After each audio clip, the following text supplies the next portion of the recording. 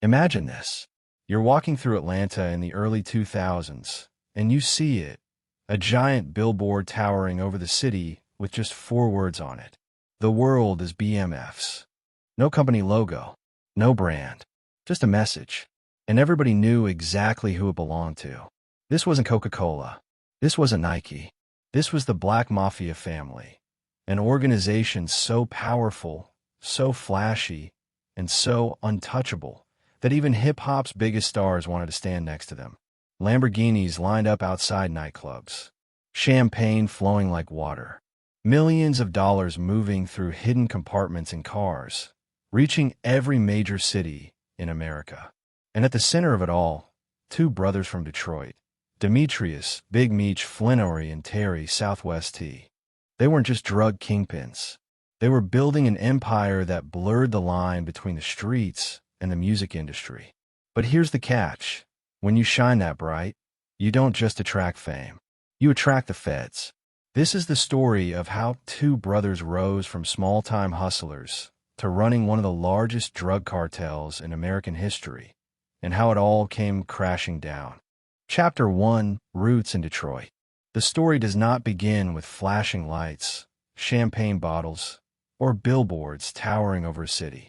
It begins with silence, an almost suffocating silence in the heart of Detroit during the late 1970s.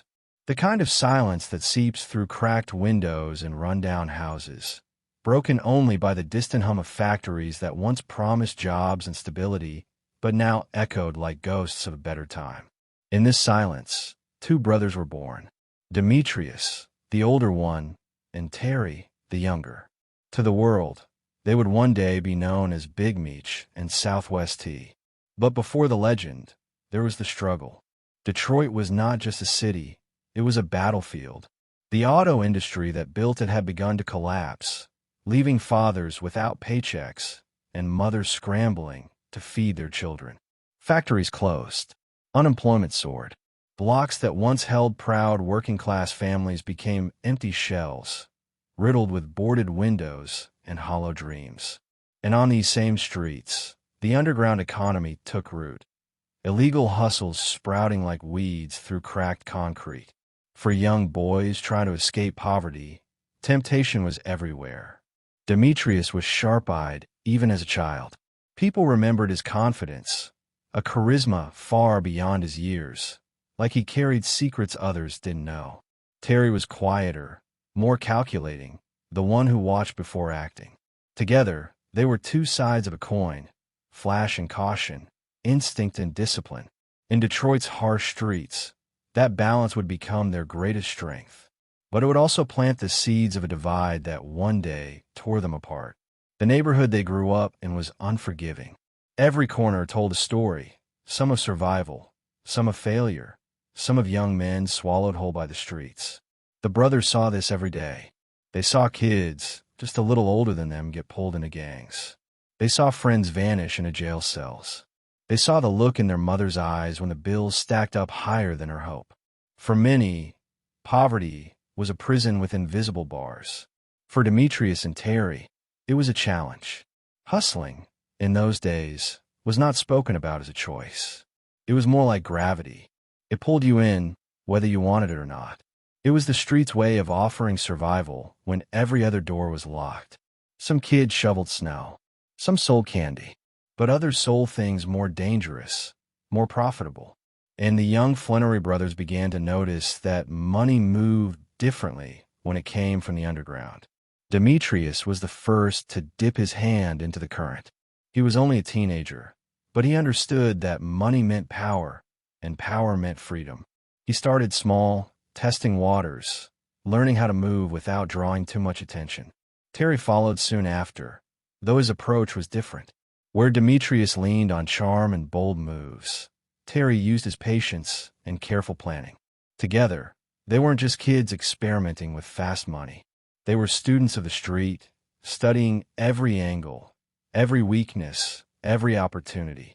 By the early 1980s, Detroit had become a city drowning in crack cocaine.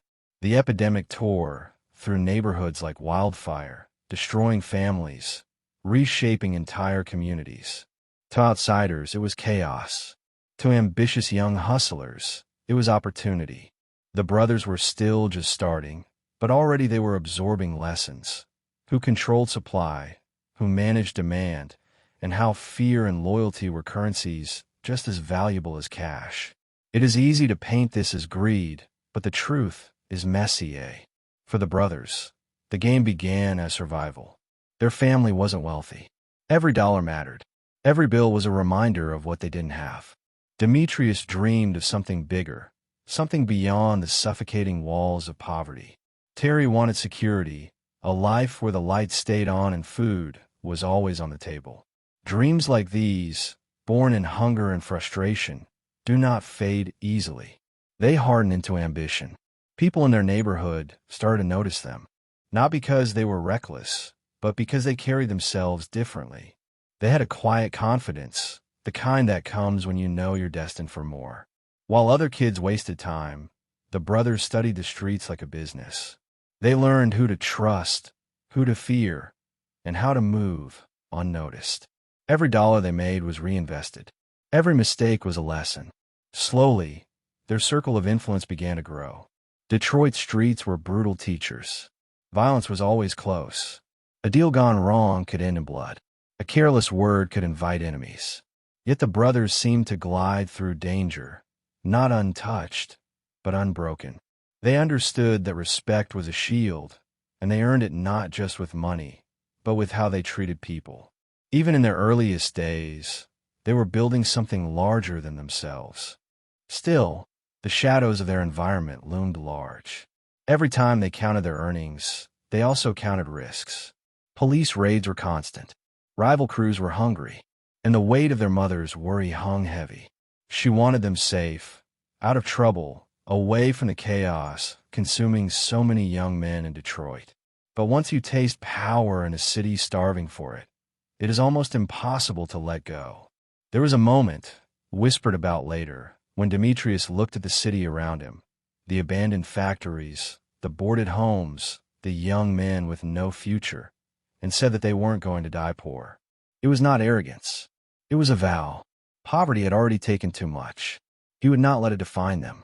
That vow became the fire that fueled everything that followed. As the 1980s wore on, the brothers refined their hustle. They weren't just making money. They were learning how to build a system. They saw how bigger players operated, how drugs flowed from suppliers into the veins of cities, how entire communities could be controlled through discipline and structure. They took notes. They studied. They adapted. They were not content being corner hustlers. They wanted more. At the same time, music was rising in Detroit, and hip-hop was spreading across the country. The streets and the culture were intertwined, each feeding the other. For the brothers, this connection would later become vital. But even now, the rhythm of rap mirrored the rhythm of their lives. Ambition, survival, defiance. They saw themselves in the lyrics of hustlers turned poets, men who carved power out of nothing but grit and vision. The contrast of their lives was striking. By day, they were young men in a city crumbling under economic collapse. By night, they were architects of their own empire in the making. Each dollar stacked on the table was a brick in the foundation of something larger. Each handshake, each risk, each late-night strategy session moved them closer to the future they envisioned. Yet, danger stalked them at every step. Friends they grew up with disappeared, some to prison, some to graves. The drug game was unforgiving, and the brothers knew their time could come at any moment. But instead of pulling back, they leaned in. Fear became fuel. Uncertainty became motivation. Every loss they witnessed hardened their resolve to rise higher, faster, stronger. Detroit shaped them in ways no other city could. Its grit, its struggle, its relentless storms of poverty and violence forged them into survivors.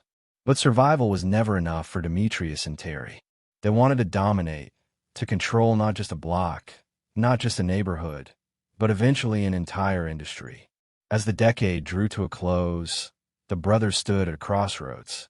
They had mastered Detroit streets, but the city was only the beginning.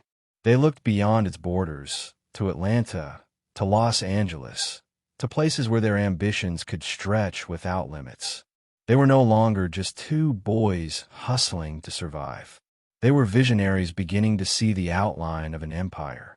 Still, beneath the confidence, there was a shadow, an unspoken understanding that the bigger they grew, the bigger the target on their backs.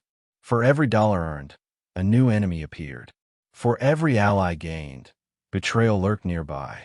The streets rewarded ambition, but they also punished it mercilessly. And the brothers were about to gamble everything on the belief that they could outsmart both rivals and the law. In those early Detroit days, they had already proven themselves different. But difference is a double-edged sword. It makes you stand out.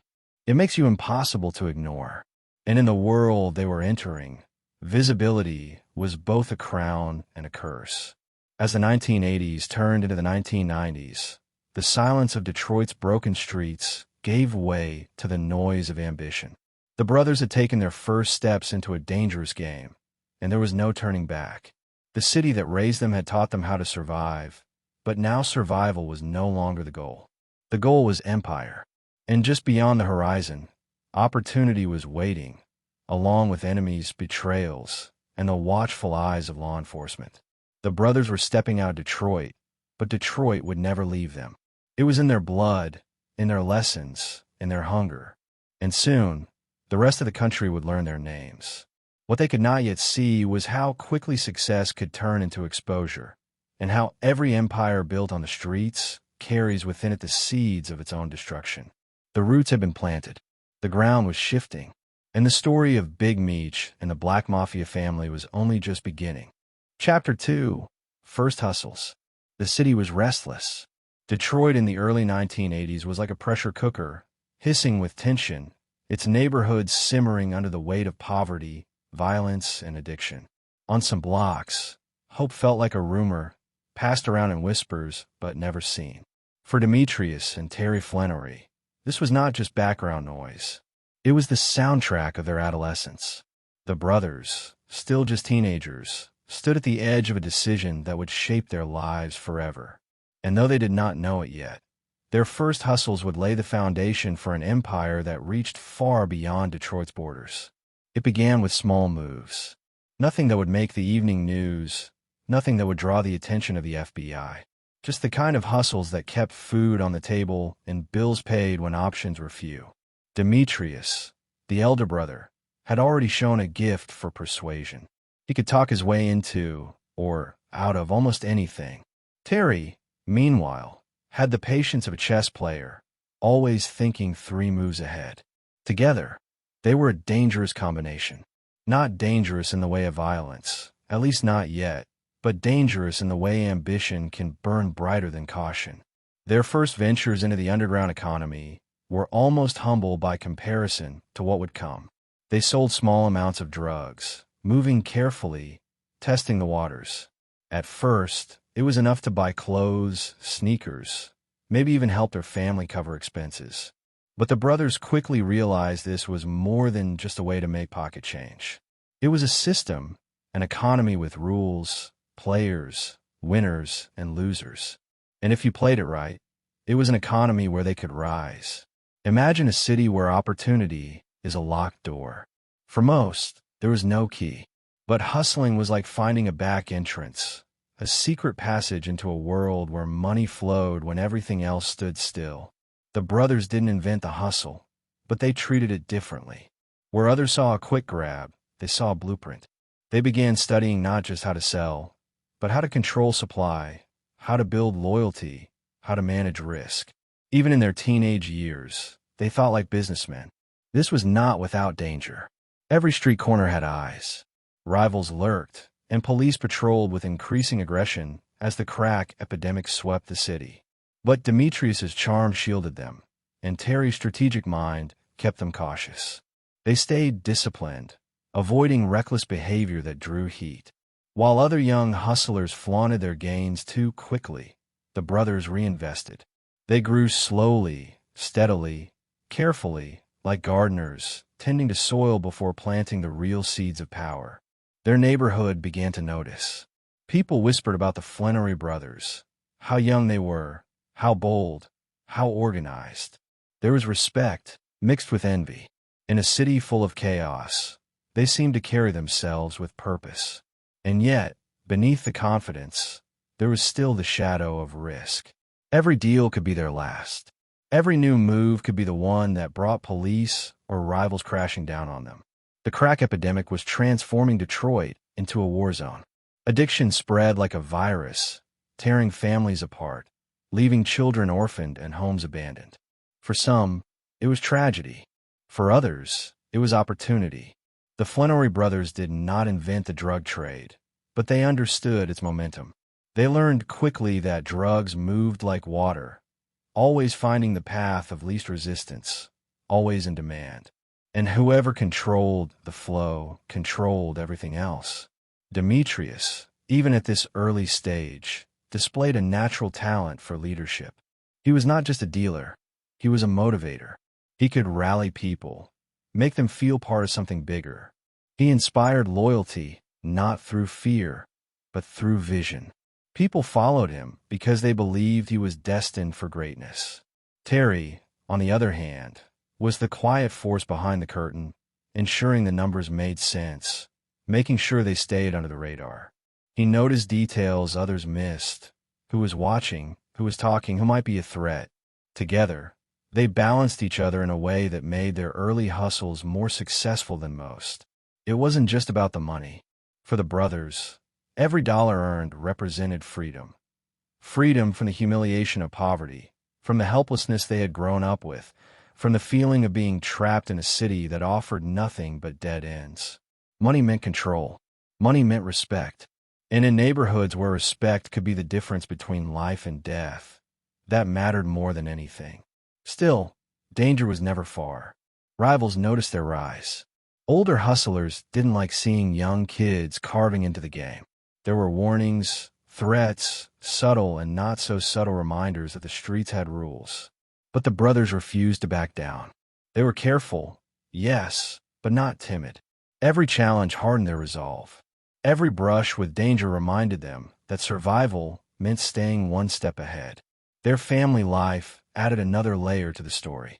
Their mother worried constantly, seeing the changes in her sons, the risks they were taking. She wanted them safe, away from the lure of easy money that had already destroyed so many lives. But by then, the streets had already claimed their loyalty. To walk away would have meant surrendering the dream of something bigger. And for Demetrius and Terry, that was not an option. There were moments of conflict, even then. Demetrius loved the spotlight, the recognition, the sense of being admired. Terry preferred the shadows, where moves could be made without attracting attention. At first, this difference was minor, even useful. Demetrius could draw people in, build connections, expand their network, while Terry ensured their operations stayed discreet. But even in these early days, the seeds of a future divide were quietly being planted. The brothers' circle of influence began to grow. They started with close friends, people they trusted, young men who were willing to work under their guidance. Slowly, a small crew formed, loyal not just because of money, but because of the brothers' vision. They weren't just building a hustle, they were building a family, a brotherhood, a prototype of what would later become the Black Mafia Family. Detroit was unforgiving, but it was also fertile ground. The city's struggles created space for hustlers to thrive. And the Flenory brothers, still teenagers, were learning how to navigate this world with precision. They didn't just adapt to the streets, they began bending the streets to their will. Every dollar reinvested, every connection strengthened, every rival outmaneuvered was another step toward the empire they didn't yet fully realize they were building. But ambition has a cost. The more they grew, the more visible they became. Police were cracking down harder on drug activity, eager to prove they could control the epidemic ravaging the city. Rivals grew bolder, unwilling to watch two young men rise without challenge. And the pressure of survival weighed heavily on their shoulders. They were still so young, yet already living lives balanced on a knife's edge. At night, when the city quieted, it was said that Demetrius would talk about the future. Not just the next day, not just the next hustle, but something bigger. He imagined a life where they weren't just surviving, but ruling, where their name carried power in every city, where they controlled not just corners, but entire markets. For Terry, the dream was simpler: security, stability, a life where the risks didn't loom so large. Two visions, aligned but slightly different, quietly shaping the path ahead. The first hustles were not glamorous. They were gritty, dangerous, filled with uncertainty. Yet they marked the beginning of a transformation. From boys to men, from hustlers to strategists, from survivors to architects of an empire. And while Detroit was their training ground, it was also a cage. The brothers began to realize that if they truly wanted to grow, they would have to look beyond their city. The 1980s marched on, and with every passing year, the brothers' reputation expanded. Their hustle was no longer just a neighborhood operation. It was becoming something bigger, something that hinted at potential far beyond Detroit's broken streets.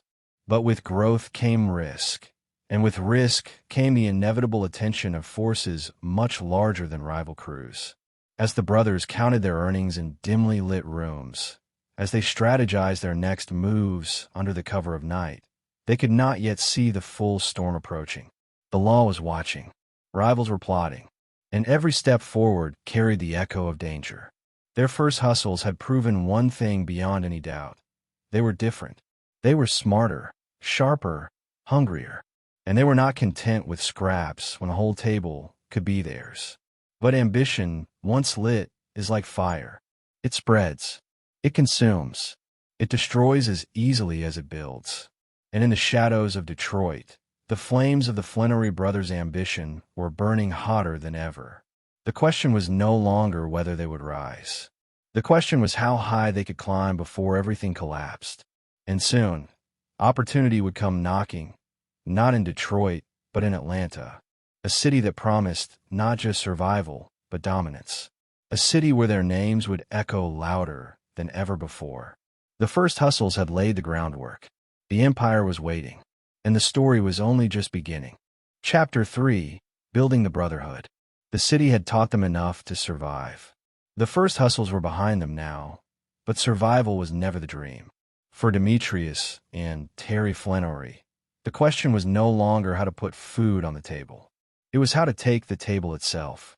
By the mid-'80s, they were no longer just boys playing a dangerous game. They were young men, sharper, hungrier, more disciplined, and they were about to take their first real step towards something greater, something that would eventually be called the Black Mafia Family. It didn't start with banners or headlines. It started in quiet rooms, whispered conversations, and the kind of trust that can only be built in the heat of shared struggle. The Flenory brothers were gathering people, piece by piece, soul by soul, building not just a crew, but a brotherhood. Every empire needs a foundation, and this one was being laid brick by brick in the streets of Detroit. Demetrius, known already by some as Meech, was the magnet. He had that rare pull, the kind of presence that made people feel like they were part of something bigger than themselves. When Meech walked into a room, heads turned, not just because of his style or his confidence, but because he carried himself like someone who was already destined for greatness. People wanted to be near him. They wanted to follow him. They wanted to share in his vision. Terry, quieter but no less powerful, was the architect. Where Meech drew people in, Terry decided who could stay. He had the eye for weakness, the patience to spot a traitor before the betrayal, the instinct to know when loyalty was real and when it was only for show. Together, they formed a balance. Meech the dreamer, Terry the planner. One built a fire, the other kept it from burning out of control. The men they recruited weren't soldiers in the traditional sense. They weren't given uniforms or titles. What they were given was belonging. In a city where so many young men were lost, the Flenory brothers offered direction. They built trust through money, yes, but also through loyalty and protection. They didn't just pay people. They looked out for them, made them feel like family. And slowly, word spread. This wasn't just another crew. This was something different. At first, the structure was loose. Friends of friends, cousins, neighbors. people who had proven themselves in small ways. But as the circle widened, rules began to take shape. Loyalty was the first rule. Betrayal was unthinkable. Discipline was the second. Recklessness could bring heat, and heat was a threat to everyone. Respect was the third. Respect for the brothers, respect for the operation, respect for the family they were building. These rules weren't written down, but they were understood.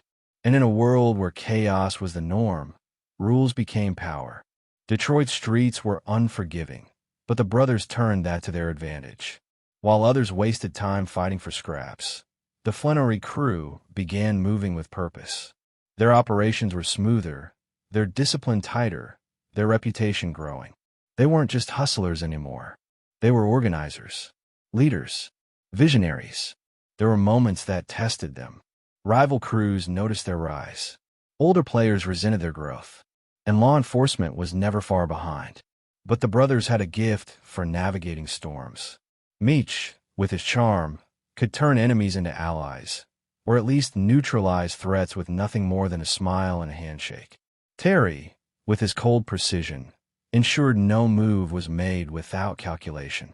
Together, they made it look effortless, though the risks were always close. The brotherhood they built wasn't about numbers. It wasn't about stacking bodies or filling corners with kids who barely understood the game. It was about quality. Every man in the circle had a role. Some handled supply, some handled distribution, some handled protection.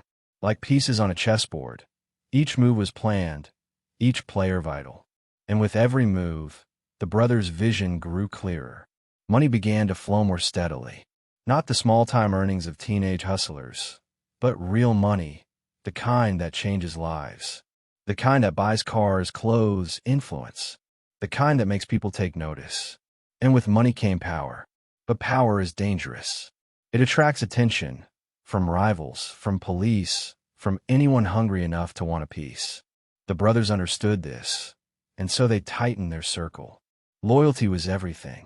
Betrayal was death. Meech had a way of making people believe that what they were building was more than just business. He spoke about it like a movement, a force bigger than any one man. He made people feel like they were part of history being written, even if all they were doing was moving product from one hand to another. That belief, that sense of belonging, became the glue that held the brotherhood together. But beneath the surface, cracks were always possible. The same qualities that made Meech and Terry so effective together, Meech's love for the spotlight, Terry's need for control, were also seeds of conflict. In these early days, the balance held, but the tension between their visions was quietly growing, waiting for the right moment to ignite. For now, though, the focus was expansion. The brothers knew Detroit was only the beginning. The city had been their classroom, their proving ground. But the true test lay beyond its borders. They began looking south, toward Atlanta, a city rising with opportunity, a city where the lines between hustling and music blurred, where the stage was bigger and the stakes higher. The brotherhood they were building would not be confined to one city. It was a blueprint for something national, something unprecedented. And even in these early days, there was a sense, among those inside the circle and among those watching from outside, that the Flenory brothers were not just players in the game. They were rewriting the rules. Yet every step forward carried risk. With growth came exposure. With exposure came enemies. And with enemies came the inevitable question: how long could they keep building before someone tried to tear it all down? Detroit was proud of its sons, even if the pride was mixed with fear. Parents whispered warnings about them. Young men idolized them. Law enforcement tracked them. Rivals plotted against them.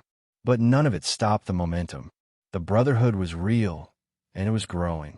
One night, in a cramped Detroit basement, surrounded by their closest allies, Meech is said to have told the crew that they weren't just a group of hustlers anymore.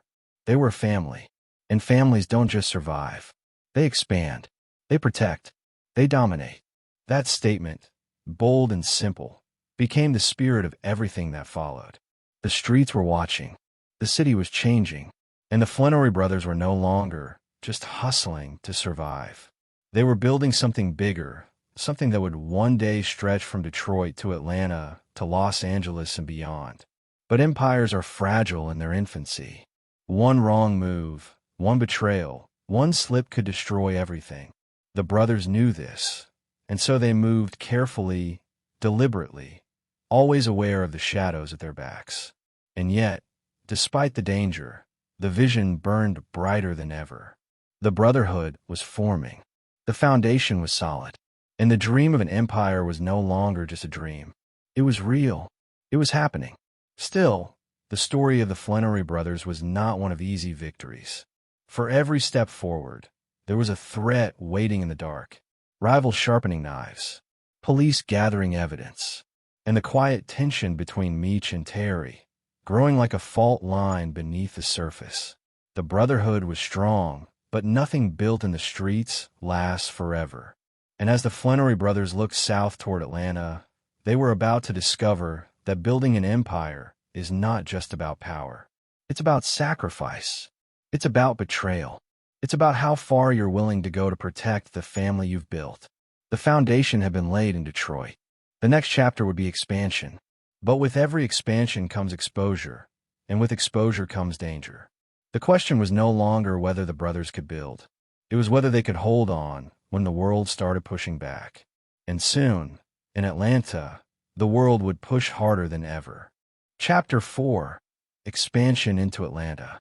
The road south stretched long and uncertain, a ribbon of asphalt carrying with it both promise and peril. By the late 1980s and early 1990s, Demetrius and Terry Flenory had carved their presence into Detroit's underworld, but the city had become too small for their ambition. Detroit was a proving ground, a place where they learned the rules of the game and how to bend them. But for men who wanted to build an empire, Detroit was a cage.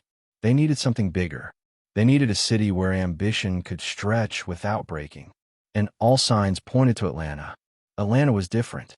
Unlike Detroit, with its crumbling factories and boarded-up homes, Atlanta pulsed with energy. It was a city on the rise, fueled by the growing influence of hip-hop, a booming nightlife, and a culture that blended Southern charm with raw, unfiltered hustle. It was a crossroads, a hub where money, music, and power collided. And for the Flenory brothers, it was fertile ground for expansion. The move south wasn't just a change in geography. It was a transformation in vision. In Detroit, they had built the brotherhood. In Atlanta, they would test whether that brotherhood could become a dynasty. It was no longer about surviving the streets. It was about owning them. The first steps into Atlanta were quiet, almost cautious. The brothers understood the danger of arriving too loudly. This was not their city. Other crews had already staked claims, and stepping on the wrong toes could ignite wars they weren't ready for. So they moved carefully, building connections, observing the landscape, studying who held power and how that power flowed. In the beginning, it was reconnaissance, not conquest. Meech, with his charisma, fit naturally into Atlanta's fast-paced social world. He was at home in nightclubs, making friends with promoters, artists, and hustlers alike. He understood that power in Atlanta was not just built on the streets, but also in the clubs, where deals were struck in VIP lounges under flashing lights. Terry, as always, was more reserved, more strategic. He studied logistics, how product moved into the city, who supplied it, and where the weak points were. If Meech was the face, Terry was the spine. The brothers quickly realized that Atlanta was more than just a city to expand into. It was a gateway.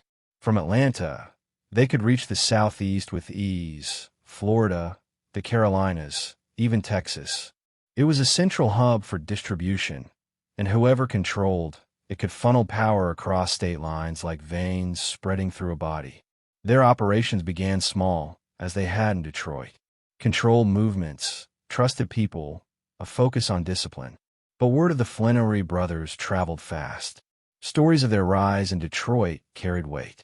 Whispers of their loyalty, their organization, and their vision spread, and soon Atlanta's underworld was paying attention. Some were curious, some wary, some hostile, but all recognized that the brothers were not ordinary players. Meech leaned into the culture of Atlanta, using the city's love of music and nightlife as both camouflage and recruitment ground. He threw parties, sponsored events, and built relationships with artists who were beginning to define Southern hip-hop. These weren't just parties.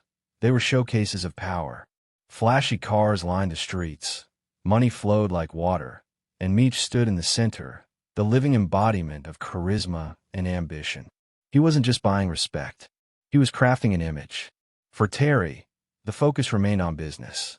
He worked behind the scenes, building supply chains, refining logistics, ensuring that shipments from the Mexican cartels reached Atlanta smoothly. He perfected the art of concealment, using hidden compartments in vehicles, coded communication, and layers of protection to keep law enforcement guessing. To Terry, the streets were not just a battlefield, they were a chessboard, and he was always thinking 10 moves ahead. Together, they expanded BMF's reach. Their network grew, stretching into multiple cities, each branch connected by loyalty and discipline. It was no longer just a crew. It was a system. And as the system grew, so did their power. But power brings attention, and attention brings risk. Rival crews in Atlanta saw the brothers rise as a threat. Some tried intimidation. Others plotted violence. Yet the Flenory brothers managed to avoid all-out war, choosing instead to win through influence. Meech had a gift for turning potential enemies into allies, offering them a place within the growing empire rather than forcing them into conflict. It was diplomacy, street style, and it worked. By the mid-90s, the brothers were no longer outsiders. They were embedded in Atlanta's underworld, respected and feared in equal measure. The Black Mafia family was no longer a concept. It was becoming a brand. And Atlanta, with its growing influence in music and culture, was the perfect stage. Still, the tension between the brothers lingered. Meech loved the spotlight. He thrived on visibility, on being the center of attention. For him, the image was as important as the operation itself. Terry, by contrast, valued silence. He believed the less attention they attracted, the longer they could last. At this stage, their differences were manageable, even useful. But beneath the surface, the divide was growing. The Atlanta move also marked a shift in how the brothers viewed themselves. No longer just hustlers from Detroit, they were now leaders of a multi-state network, men whose influence stretched far beyond their neighborhoods. They began to speak of their vision openly, not just controlling the drug trade, but building an empire that merged the streets with the music industry. An empire that could be both feared and admired. An empire that would outlast them. The irony was clear. In chasing legitimacy through music and culture, they tied themselves more deeply to the very spotlight that would one day expose them. But in those early days in Atlanta, it felt unstoppable. They had the money, the loyalty, the connections. They had built a brotherhood in Detroit, and now in Atlanta, they were expanding it into something larger than anyone could have imagined. Every empire has a moment when it stops being a dream and starts being a reality. For the Flenory brothers, Atlanta was that moment. The parties, the clubs, the music, the money, it all fused into a new identity. They weren't just surviving, they were thriving. They were rewriting the rules of the game, blending the underworld with the mainstream, turning hustlers into celebrities and dealers into moguls. But expansion is a double-edged sword. The bigger you grow, the more eyes turn toward you. Law enforcement, already wary of Atlanta's rising drug trade, began noticing the patterns. Rivals who once accepted alliances started to feel the weight of BMF's dominance. And within the brotherhood itself, ambition bred envy. Not everyone was content to follow. Not everyone was loyal. The move to Atlanta had given them opportunity, but it also set them on a collision course with forces far beyond their control. They were building something powerful, yes, but also fragile. An empire rooted in loyalty, but vulnerable to betrayal. An empire that thrived in shadows, but could not resist the lure of light. In Atlanta, the Flenory brothers had found their stage. But the question remained, how long could they perform before the curtain came crashing down? As Meech raised a glass in yet another crowded club, as Terry studied the next shipment route in silence, Both knew one truth. They had built the Brotherhood in Detroit. They had expanded it in Atlanta. But the bigger the empire, the bigger the target. And soon, that target would draw fire from every direction. Rivals, law enforcement, even from within their own ranks. The streets of Atlanta shimmered with promise. But in that promise lay the seeds of downfall. The empire was growing. The legend was being written. But the storm was already on the horizon. Chapter 5: Cocaine Highways. The streets of Atlanta glittered with nightlife, music, and fast money. But beneath the flashing lights was a darker reality. An empire cannot survive on image alone. The real power, the true foundation of the Black Mafia family, wasn't built in the clubs or the billboards. It was built on highways, silent rivers of asphalt stretching across the United States, carrying with them fortunes hidden in plain sight. By the early 1990s, Demetrius and Terry Flenory had outgrown the small hustles that defined their beginnings. The game was no longer local. It was national, and the key to their rise was logistics. Cocaine had become America's obsession, the fuel of both Wall Street parties and back-alley corners. To meet demand, cartels in Mexico and Colombia needed reliable distribution inside the United States. Many tried, many failed, but the Flenory brothers were different. They weren't just hustlers. They were visionaries who saw the drug trade as infrastructure. To them, cocaine wasn't just a product, it was cargo. And the country was their shipping lane. Terry, with his calculating mind, understood this first. He saw that the future of their empire depended not on who stood on a corner in Detroit or Atlanta, but on who controlled the highways that connected cities. If product could move seamlessly from supplier to distributor to street, then the money would never stop flowing. This wasn't about a block anymore. This was about building a supply chain as sophisticated as any Fortune 500 company. The system they created was both simple and brilliant. Hidden compartments were built into luxury vehicles, Cadillacs, Lincolns, SUVs. These weren't sloppy stash spots that police could stumble on. They were custom-engineered traps, designed with such precision that even seasoned officers with drug dogs often missed them. Cocaine traveled south to north. Money traveled north to south. And the cycle repeated endlessly. Cars that looked like they belonged to executives or entertainers became the arteries of an underground economy worth millions. Imagine it. A sleek black Lincoln sliding down the interstate, the driver calm, the music low, nothing about the vehicle suggesting anything illegal. But hidden deep inside were bricks of cocaine, stacked like silent passengers. On the return trip, those compartments carried cash, piles of it compressed, wrapped, and tucked away. To outsiders, it was just another car on the highway. To the brothers, it was a moving vault, the lifeline of their empire. Meech, always the visionary, saw beyond logistics. He knew that efficiency wasn't just about moving product. It was about building trust with the cartels. Cartels needed reliability, and the Flenory brothers offered it. Every delivery was on time, every payment accounted for, every risk managed with precision. Where other crews stumbled, BMF excelled. And soon, their reputation wasn't just growing in Atlanta or Detroit. It was echoing across borders. With reliability came scale. The shipments grew larger, the routes more frequent. What started as a few kilos at a time became dozens, then hundreds. The highways became their lifeblood, pumping cocaine into cities across America: Atlanta, Miami, St. Louis, Los Angeles. Each city was a vein, and the Flenory brothers were the heart, beating stronger with every deal. But with growth came danger. The highways were not empty. They were watched, patrolled, monitored.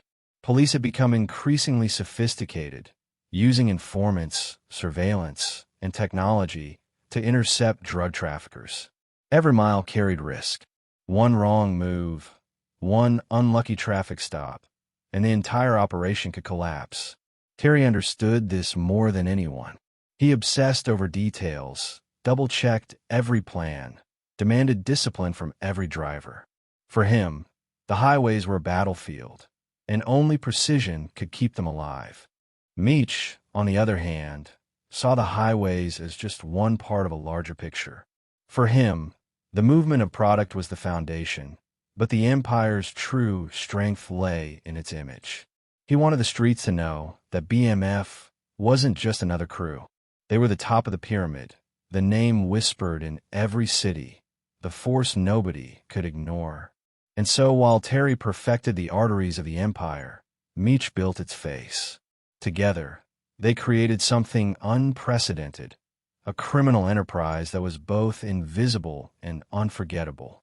The genius of the cocaine highways was not just in how they moved product, but in how they disguised it. Cars blended into traffic. Drivers looked ordinary. The compartments were works of engineering, some even equipped with electronic triggers that only opened under specific conditions. Police might tear apart a vehicle for hours and still find nothing. The system was nearly foolproof, and for years, it worked flawlessly. Money poured in. Tens of millions flowed through their hands, each dollar washed through the highways, each shipment reinforcing their dominance. They used the cash to expand, to recruit, to build infrastructure in new cities. Safe houses were established. Networks of loyal lieutenants were placed strategically. And through it all, the highways remained the backbone, connecting every piece of the puzzle. But success breeds enemies. Rival crews, watching BMF's rise, tried to replicate their system. Some failed. Others attempted to intercept shipments. Violence simmered. And though the Flenory brothers avoided all-out wars whenever possible, they understood that bloodshed was sometimes inevitable. The highways, silent and efficient, were also deadly. Many who tried to imitate the system ended up in prison or worse. Law enforcement began to take notice. Patterns emerged. Cars traveling unusual routes. Drivers who seemed too clean, too calm. The DEA started piecing together the scale of what was happening. At first, they couldn't believe it. The operation was too smooth, too professional. This wasn't the sloppy work of small-time dealers. This was logistics on a corporate level, hidden in plain sight. The brothers, however, remained steps ahead. Terry's obsession with discipline ensured that drivers rotated frequently, vehicles were replaced, and no one knew more than they needed to. Compartment builders were kept separate from drivers. Money handlers never met suppliers. Each layer insulated the next, making it nearly impossible to take down the system from the inside. Still, cracks began to show. Drivers got sloppy. Traffic stops grew riskier. Rumors of federal investigations reached their ears. And beneath the success, the tension between Meech and Terry deepened. Terry wanted to scale back, to tighten the operation, to avoid unnecessary risks. Meech wanted to expand further, to feed the empire's growing hunger. The highways were efficient, but they were also fragile. And both brothers knew that one misstep could bring it all crashing down. But in those years, the cocaine highways were unstoppable. They turned BMF into a national powerhouse, their influence stretching from coast to coast. The brothers had created something that rivaled even the most organized cartels, a system so smooth, so disciplined, that it seemed untouchable. Meech flaunted the success in the clubs, turning the highway's silent profits into loud displays of power. Terry counted every dollar, tracking the flow like a banker watching his ledgers. The balance between them held, but just barely. And as the empire grew, so did the weight of its secrets. The highways were more than just roads. They were veins carrying the lifeblood of an empire, pumping silently beneath the surface of America. Every shipment was a gamble, every delivery a victory, and every mile a reminder that power, like cocaine, flowed best when hidden in plain sight. But no system is perfect. No empire is invincible.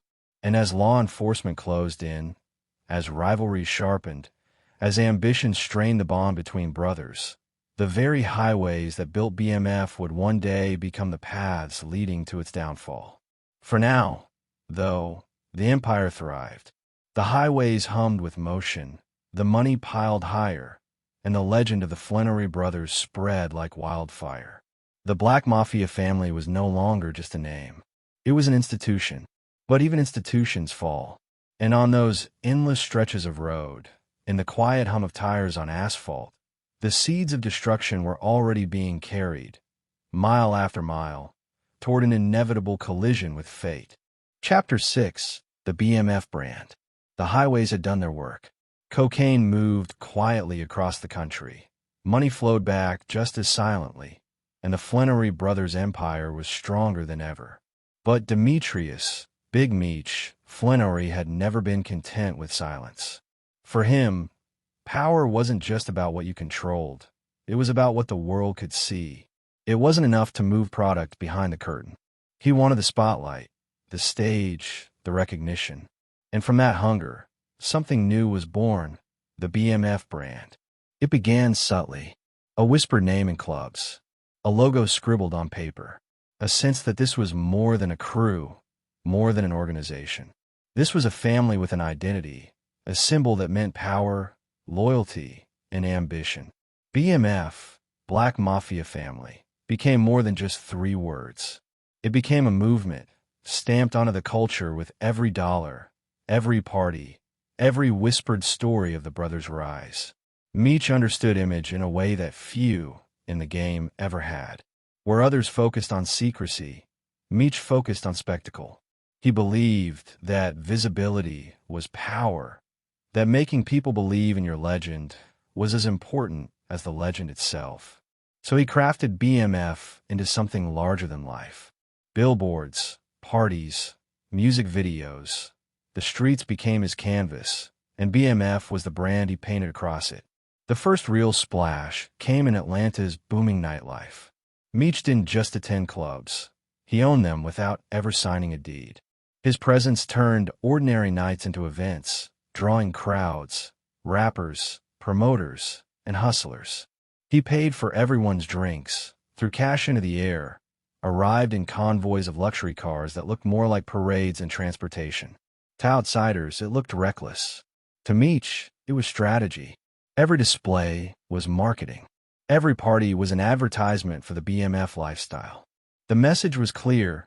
BMF wasn't just a drug organization. It was a culture, a way of life that blended the glamour of hip-hop with the discipline of the streets. Money, music, loyalty, family, those were the pillars. And in a world hungry for symbols of success, the BMF brand was magnetic. Terry, however, saw danger. He understood the need for image but feared the cost of attention. To him, every billboard, every flashy party, every magazine mention was another spotlight aimed at their carefully hidden operation. The highways depended on invisibility. The empire depended on silence. But Meech believed that the image would protect them, not destroy them. If they became too big, too public, too adored, who would dare touch them? The tension between brothers deepened, though for now, it was held in check by success. Money smoothed over disagreements. As long as the highways delivered and the brand expanded, both visions coexisted. But the seeds of conflict were sprouting, quiet and inevitable. As the brand grew, so did its influence in music. Meech recognized that hip-hop wasn't just entertainment. It was the voice of the streets, the amplifier of culture. He poured money into artists, into record labels, into the dream of turning BMF into not just a criminal empire, but a legitimate entertainment powerhouse. BMF Entertainment was born, a record label that gave them a front-facing identity, a way to launder image as well as money. The artists loved Meech. He gave them support, threw them into the spotlight, surrounded them with the kind of luxury that rappers only rhymed about. He didn't just sponsor music videos, he lived them. And through him, BMF became fused with hip-hop's mythology. Rappers shouted them out in lyrics, crowds chanted their name in clubs, and fans began to see them not as criminals, but as kings of the culture. But image has a cost. The bigger the brand grew, the harder it became to hide its roots.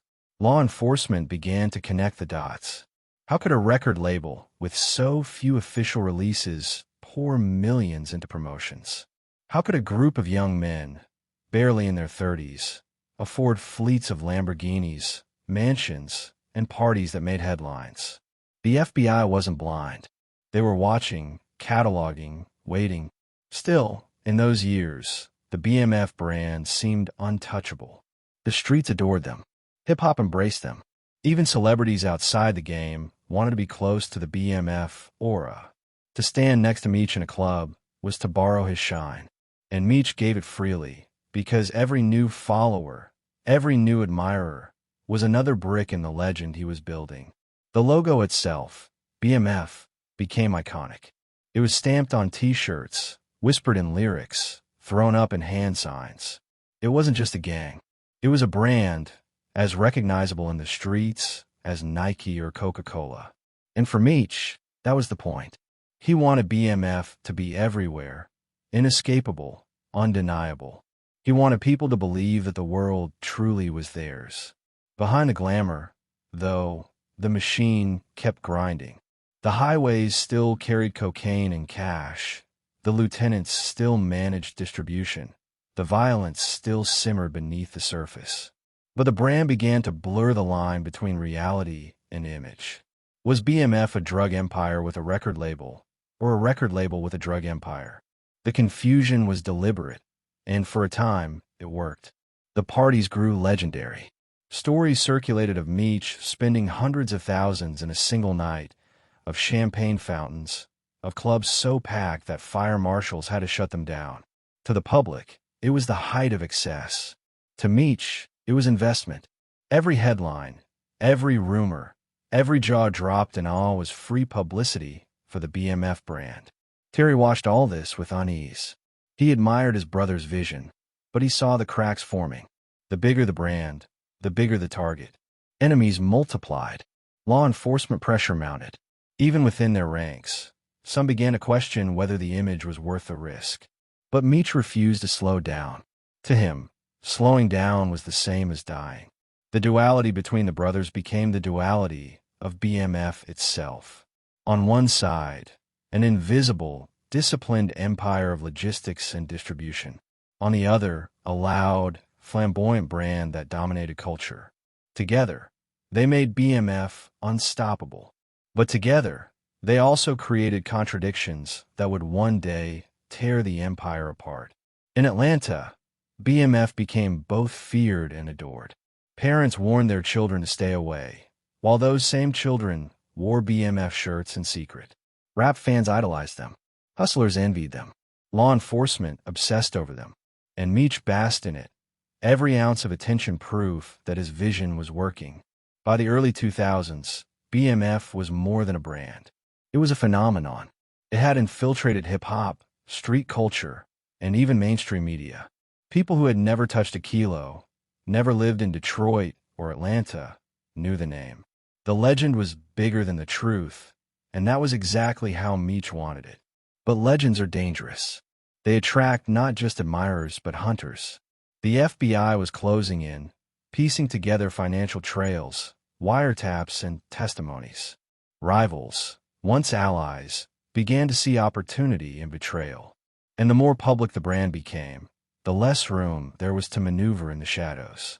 For now, though, the BMF brand reigned supreme. It was both mask and weapon, hiding the empire's roots while projecting power to the world. It was the ultimate illusion, an entertainment label on the surface, a criminal empire beneath. And in those years, it felt invincible. Meech stood at the center of it all, smiling beneath the lights, believing that the brand would shield them from everything. Terry stayed in the background, counting numbers, worrying about cracks, and the men beneath them wore the logo proudly, believing they were part of something eternal. But nothing built on contradiction lasts forever. The BMF brand was a crown, but crowns are heavy, and soon, the weight of it would drag them into the crosshairs of forces it could no longer control. For now, the world believed the legend. The brand was alive, untouchable, larger than life. But in the shadows, the storm was gathering. And the bigger the brand became, the harder the fall that was waiting just beyond the horizon. Chapter 7. Hip-Hop Connections. The music was everywhere. It poured out of car windows, rattled through nightclubs, and echoed in basements where mixtapes were traded like currency. By the late 1990s and early 2000s, hip-hop wasn't just entertainment.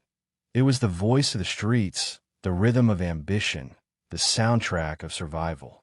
And Demetrius, Big Meech Flenory understood something that few kingpins ever did. If you controlled the music, you controlled the culture. And if you controlled the culture, your empire wasn't just feared. It was immortal. BMF had already become a brand, but now it was stepping into something larger. The brothers weren't just moving product anymore. They were moving influence. And no stage was bigger, no amplifier louder than hip-hop. The world was paying attention to rappers, and those rappers were paying attention to Meech. The connection started naturally. Atlanta was quickly becoming the epicenter of Southern hip-hop, a city where new sounds were shaping the future of the genre. Clubs pulsed with the energy of artists who were hungry, ambitious, and looking for someone to believe in them. Meech was already there, already larger than life, already the man who turned nights into legends. For rappers trying to rise, being next to him wasn't just about money. It was about credibility. If Meech co-signed you, the streets believed in you. He poured money into artists, not because he wanted to control them, but because he believed in creating a symbiotic relationship. The rappers got funding, promotion, access to luxury most couldn't dream of. In return, BMF's name lived in their lyrics, their videos, their image. Every verse that mentioned Meech, every shout-out to BMF, spread the legend further, embedding the empire into the DNA of hip-hop. Clubs became theaters for these connections. Nights in Atlanta blurred into mornings, the air thick with smoke, bass shaking the floors, champagne bottles stacked high like trophies. Meech stood in the center, surrounded by rappers who would one day dominate charts. Young artists carving their paths, veterans seeking his approval, promoters eager to attach themselves to the BMF aura. The lines between hustler and artist, between kingpin and celebrity, began to dissolve. They were all part of the same performance, the same story. Terry, always the cautious brother, was less enchanted by this marriage of drugs and music. He saw the risk. Every time a rapper shouted out their name, every time a music video flashed their cars, every time Meech stood in front of cameras, it tightened the noose of exposure. The highways depended on silence. The logistics depended on invisibility. And yet here was his brother, merging their name with an industry that lived in the spotlight. But Meech believed the gamble was worth it. To him, hip-hop was camouflage. If people believed the money came from music, then law enforcement would struggle to prove otherwise. The record label, BMF Entertainment, was more than a vanity project. It was a shield, a way to launder not just cash, but identity. And for a time, the shield worked. To the public, BMF looked like just another up-and-coming label, backing artists with deep pockets and unshakable confidence. Among the artists who gravitated toward BMF, one name stood out: Young Jeezy. At the time, he was a hungry rapper from Georgia, his voice raw, his lyrics dripping with the reality of the streets. Meech saw potential in him. He poured support into Jeezy's career, promotion, marketing, connections. It wasn't just money, it was belief. And Jeezy, in return, became one of BMF's most powerful cultural ambassadors. His music carried their name, his rise intertwined with their legend. When Jeezy blew up, so did BMF. But it wasn't just Jeezy. The ripple effect touched countless others. From Rick Ross, who would later immortalize Meech's name in one of hip-hop's most famous lines, to smaller artists who saw BMF as the embodiment of the lifestyle they rapped about. The influence was everywhere. BMF wasn't just behind the scenes. They were inside the music, woven into its fabric. Meech thrived on this symbiosis. He wasn't just a benefactor. He was a cultural figure. He understood the performance of hip-hop because, in many ways, it mirrored his own life. The flash, the bravado, the luxury. It wasn't just an act. It was who he was. The difference was that his power wasn't confined to verses and stages. His power was real, tangible, backed by an empire moving millions through hidden compartments on highways. The connection between BMF and hip-hop blurred the line between art and reality. When rappers rhymed about fast cars, endless money, and unstoppable crews, they weren't just imagining it. They were describing what they saw standing next to them in the clubs. And for fans, the legend of BMF became inseparable from the mythology of hip-hop itself. Law enforcement, of course, noticed. To them, every music video was evidence, every lyric a clue. They watched as BMF's name spread, not just in criminal reports, but in Billboard charts. They saw the billboards Meech put up declaring, "The world is BMF's," and recognized the audacity of a kingpin turning his empire into a brand for the world to see. To the FBI, this wasn't camouflage, it was provocation. But for years, the strategy worked. Meech's image, magnified by hip-hop, created a legend too big to ignore. Crowds adored him. Artists celebrated him. The streets whispered his name like he was already immortal. And in that adoration, he found power. The more the world believed in BMF, the more untouchable it seemed. Yet beneath the glitz, cracks deepened. Terry grew increasingly uncomfortable with the spotlight. He preferred silence, invisibility, the discipline of logistics. He saw the music industry not as camouflage, but as a liability. The brothers, once perfectly balanced, were drifting apart, their visions colliding like tectonic plates beneath the empire. The hip-hop connections amplified not just their brand, but also their vulnerabilities. Rappers talked too freely. Parties drew too much attention. Money flowed in rivers too wide to conceal. And while Meech reveled in the glow of cultural dominance, the storm of law enforcement grew darker by the day. Still, in those golden years, BMF and hip-hop were inseparable. The music gave the empire cultural immortality. The empire gave the music authenticity. It was a partnership that rewrote the rules of both worlds, blurring the lines until no one could tell where the beat ended and the hustle began. Meech stood at the center, a figure larger than life, his name etched into lyrics, his image stamped onto culture. To fans, he was more than a kingpin. He was a symbol of ambition, excess, and defiance. To the streets, he was proof that legends could be real. And to law enforcement, he was a target growing larger with every song that carried his name. The connection to hip-hop had cemented BMF's legacy. But legacy comes at a cost. The bigger the stage, the brighter the lights. And the brighter the lights, the harder it is to hide the shadows. As Young Jeezy's voice climbed charts, as rappers shouted BMF into microphones, as the brand became immortal in culture, the brothers stood on the edge of something they couldn't control. The music had given them power, but it had also given them exposure. And in the shadows, the feds were listening. Every lyric, every phone call, every whisper in the clubs. The connection that made BMF legendary was also the connection that would tighten the noose around their empire. For now, though, the music was loud, the streets were alive, and the legend of Big Meech echoed in every verse, every beat, every chant of his name. BMF wasn't just in the streets anymore. It was in the culture, and the world was watching. But soon, the applause would fade, replaced by the click of handcuffs and the sound of doors slamming shut. The same music that built their legend would also soundtrack their downfall. And the story of BMF was about to enter its darkest act. Chapter 8. The Rise of Young Jeezy in Rap Culture. The air in Atlanta was electric. By the early 2000s, the city had become a mecca for hip-hop, a place where Southern beats and raw ambition collided to reshape the sound of an entire genre. In dimly lit studios and booming nightclubs, voices that once belonged only to neighborhoods now echoed across America.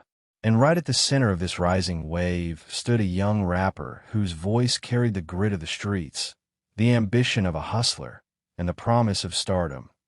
Jay Jenkins, known to the world as Young Jeezy. For Demetrius, Big Meech Flenory, the connection with Jeezy was more than business. It was destiny. Meech had already carved BMF into the culture, blending the lines between hustler and celebrity. But with Jeezy, he found the perfect vessel to amplify that vision. Jeezy wasn't just another artist. He was a mirror of everything BMF stood for.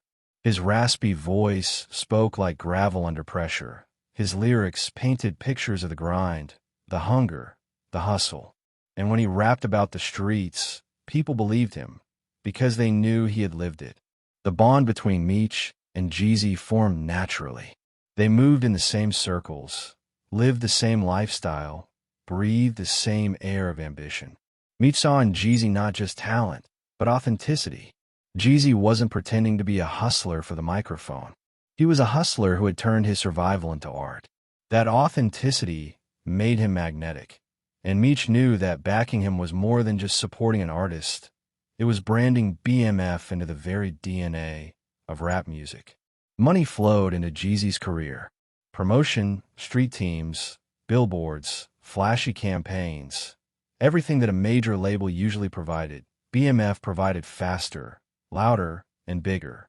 While other artists struggled for attention, Jeezy arrived like a storm, his name plastered across the South before his first album had even dropped. The streets were buzzing. Who was this new rapper with the snowman logo? The one whose voice sounded like the grind itself. And why was he always surrounded by BMF? The answer was simple. Because BMF had chosen him. Meech used the same philosophy with Jeezy that he had used to build the brand. Make it impossible to ignore. Jeezy's mixtapes flooded the streets, his posters covered Atlanta, his songs blasted from car speakers on every block. And when he appeared in the clubs, Meech was right there, champagne in hand, surrounded by a sea of BMF lieutenants and admirers. To fans, Jeezy wasn't just a rapper. He was the soundtrack to the BMF lifestyle. His music reflected it perfectly. Songs about hustling, about ambition, about turning pain into power. Lines that captured the spirit of survival, the allure of fast money, the danger of the grind. Every lyric was a window into the world that BMF lived every day. And because it was real, because it wasn't just an act, fans clung to it. Jeezy became the voice of a generation that had grown up with little and dreamed of more. But the rise of Jeezy wasn't just about the music. It was about culture. BMF had already blurred the line between the streets and hip-hop, but Jeezy's success fused them completely. He wasn't just rapping about the grind. He was rapping alongside the very men who lived it at the highest level. The connection gave him authenticity that no marketing campaign could buy. And in return, Jeezy gave BMF legitimacy in the world of hip-hop. Their name wasn't just whispered in clubs anymore. It was shouted in lyrics that climbed the charts. For Meech, this was victory. The BMF brand had transcended the streets. It was now embedded in the music, immortalized in verses that would outlive the empire itself. For Terry, however, the unease grew heavier. The spotlight around Jeezy was bright, too bright. Every magazine cover, every radio interview, every music video was another thread tying BMF to the public eye. The highways thrived on invisibility, but hip-hop thrived on exposure. And the collision of those two realities was becoming impossible to ignore. Still, for a time, the success was undeniable.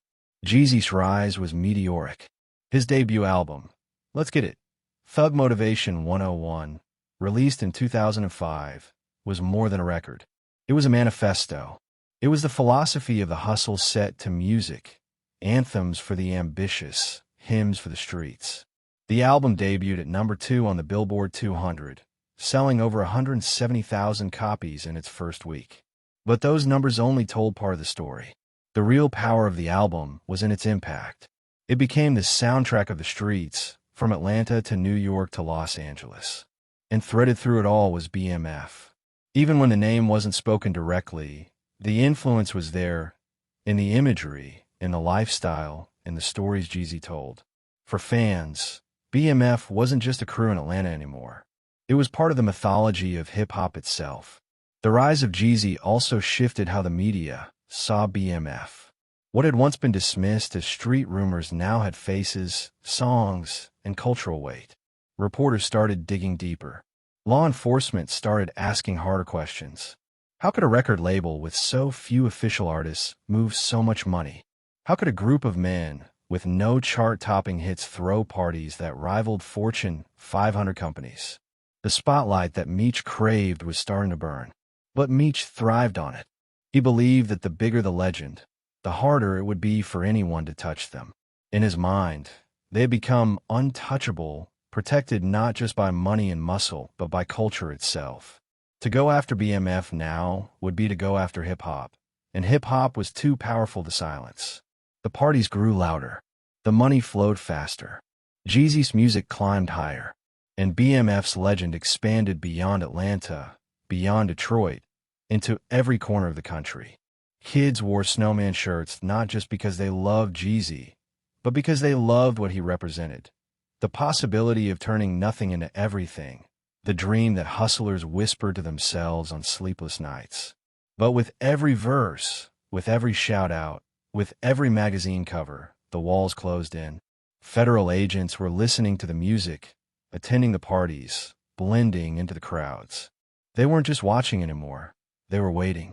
Waiting for the moment when the legend of BMF would outgrow its camouflage and reveal the empire beneath. And still, Meech smiled. Still, he threw cash in the air. Still, he poured money into Jeezy's career, believing that the louder the music, the safer the empire. He didn't see the trap tightening. Or maybe he did, and he chose to ignore it. For Terry, the conflict became unbearable. He loved his brother, loved what they had built, but he saw disaster on the horizon. The empire had grown too fast, the brand too loud, the music too powerful. The highways could no longer stay invisible under the glow of stardom. And though he kept working, kept managing logistics, kept the wheels turning, in his heart he knew the clock was ticking. The rise of Jeezy was a triumph, but it was also a turning point. The marriage of BMF and hip-hop had created a cultural juggernaut, but it had also exposed the empire to forces far beyond their control. The streets adored them. The music immortalized them. But the law was closing in, and the spotlight that had once felt like a shield was quickly becoming a target. For now, though, the music was unstoppable. Jeezy's voice echoed across the country, carrying with it the legend of the streets, the promise of ambition, the myth of BMF. Fans chanted his lyrics, wore his shirts, lived his anthems. And through him, BMF became not just a crew, not just an empire, but a symbol etched into the culture of hip-hop forever. But symbols cannot save you from reality. And as Jeezy's star rose higher, the ground beneath the Flenory brothers began to crack. The music had given them immortality, but it had also given them exposure. And exposure, in the world they lived in, was deadly. The rise of young Jeezy and the entanglement with rap culture had taken BMF to heights few could have imagined.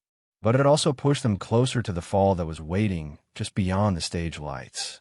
The empire was louder than ever, but the silence of law enforcement, watching patiently in the shadows, was the most dangerous sound of all. Chapter 9: Luxury, Image, and Power. The empire was no longer confined to shadows. By the early 2000s, the Black Mafia family had built a presence that could not be ignored. Their money flowed not just through hidden compartments on highways, but through nightclubs, recording studios, and luxury dealerships. To walk through Atlanta, or Detroit, or Miami, or Los Angeles was to see the fingerprints of BMF everywhere. And at the center of it all stood Demetrius Big Meech Flenory, a man who believed that image was not just part of the game, it was the game. Meech understood better than anyone that power was perception. It wasn't enough to move silently, to build wealth behind closed doors. To truly dominate, you had to make people believe in your legend. You had to craft an image so powerful that it intimidated rivals, seduced allies, and drew the public into your orbit. For Meech, image was a weapon, and he wielded it with precision. The displays of wealth were breathtaking. Convoys of luxury cars, Bentleys, Lamborghinis, Ferraris, rolled through Atlanta like parades. Mansions hosted parties that rivaled Hollywood premieres, where celebrities, rappers, athletes, and hustlers mingled under the same roof. Champagne flowed in rivers.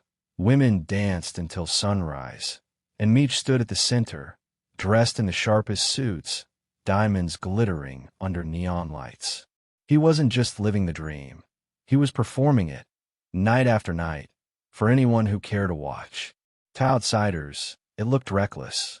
Why would a man running one of the largest drug organizations in the country draw so much attention to himself? Why stand under the brightest lights when shadows were safer? But for Meech, the answer was simple. Attention was protection. If people saw him as a celebrity, a businessman, a cultural figure, then the government would hesitate. Or at least, that was what he believed. The billboards became the most infamous example.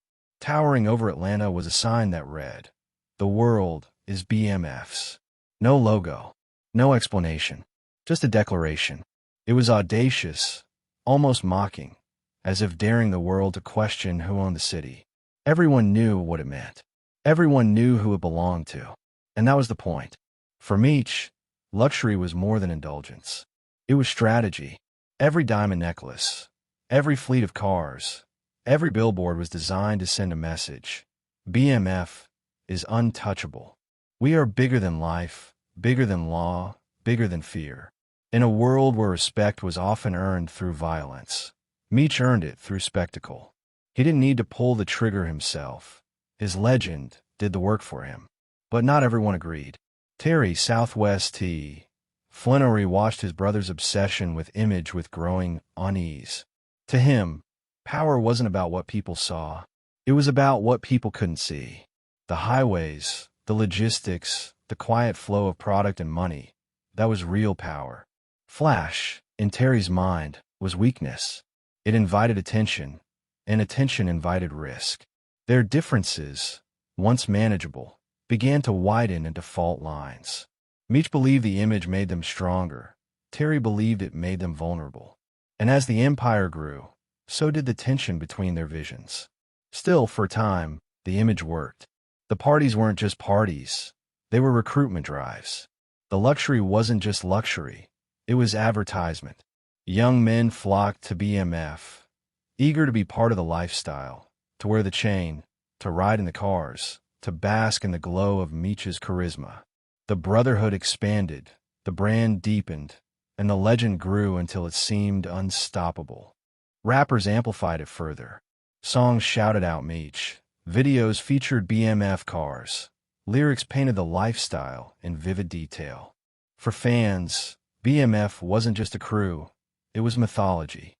It was proof that hustlers could rise to the level of kings, that the streets could crown their own royalty. But law enforcement wasn't blind. To federal agents, the luxury wasn't camouflage. It was evidence. Every billboard, every car, every party was another piece of the puzzle, another sign that something massive lurked beneath the surface.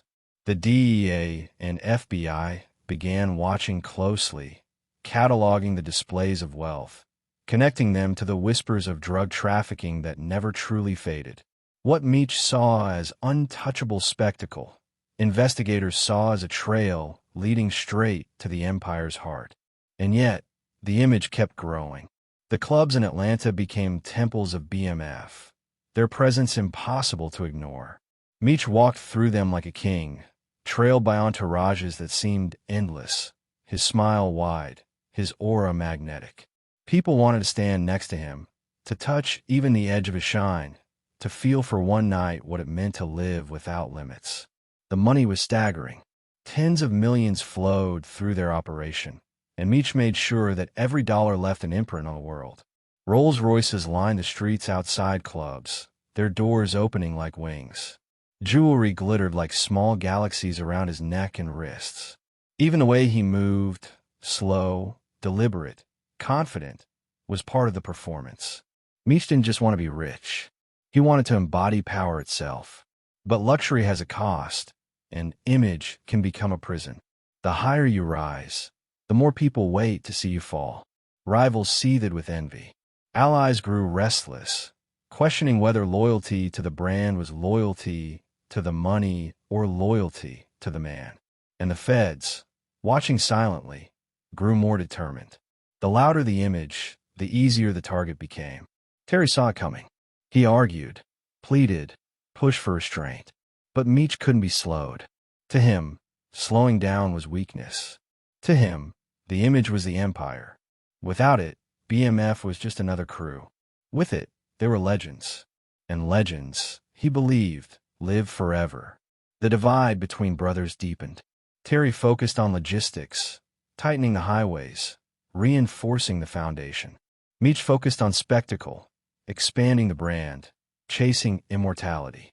They were still united by blood, but their visions were pulling them apart, one toward silence, the other toward sound.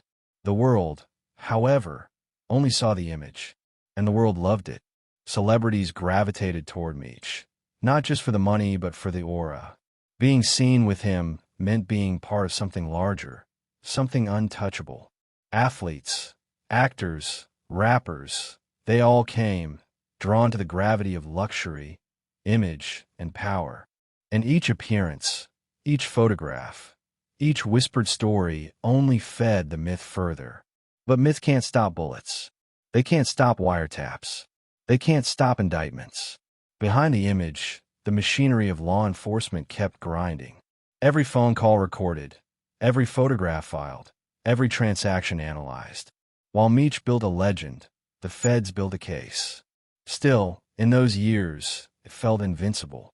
The luxury was endless, the image unstoppable, the power undeniable. Meech had achieved what few ever had. He had turned a drug empire into a cultural phenomenon, a brand recognized not just in the streets but in the mainstream. He had blurred the line between kingpin and celebrity until the two were indistinguishable. But the brighter the lights, the darker the shadows they cast. Beneath the glitter and glamour, cracks widened, betrayals simmered, investigations deepened, and the divide between brothers threatened to tear the empire apart from within. For now, though, the image reigned supreme.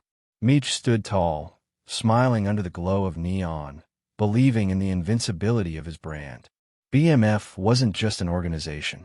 It was an idea, a myth, a legend written in champagne and diamonds. And as long as the world believed it, Meech believed they were untouchable.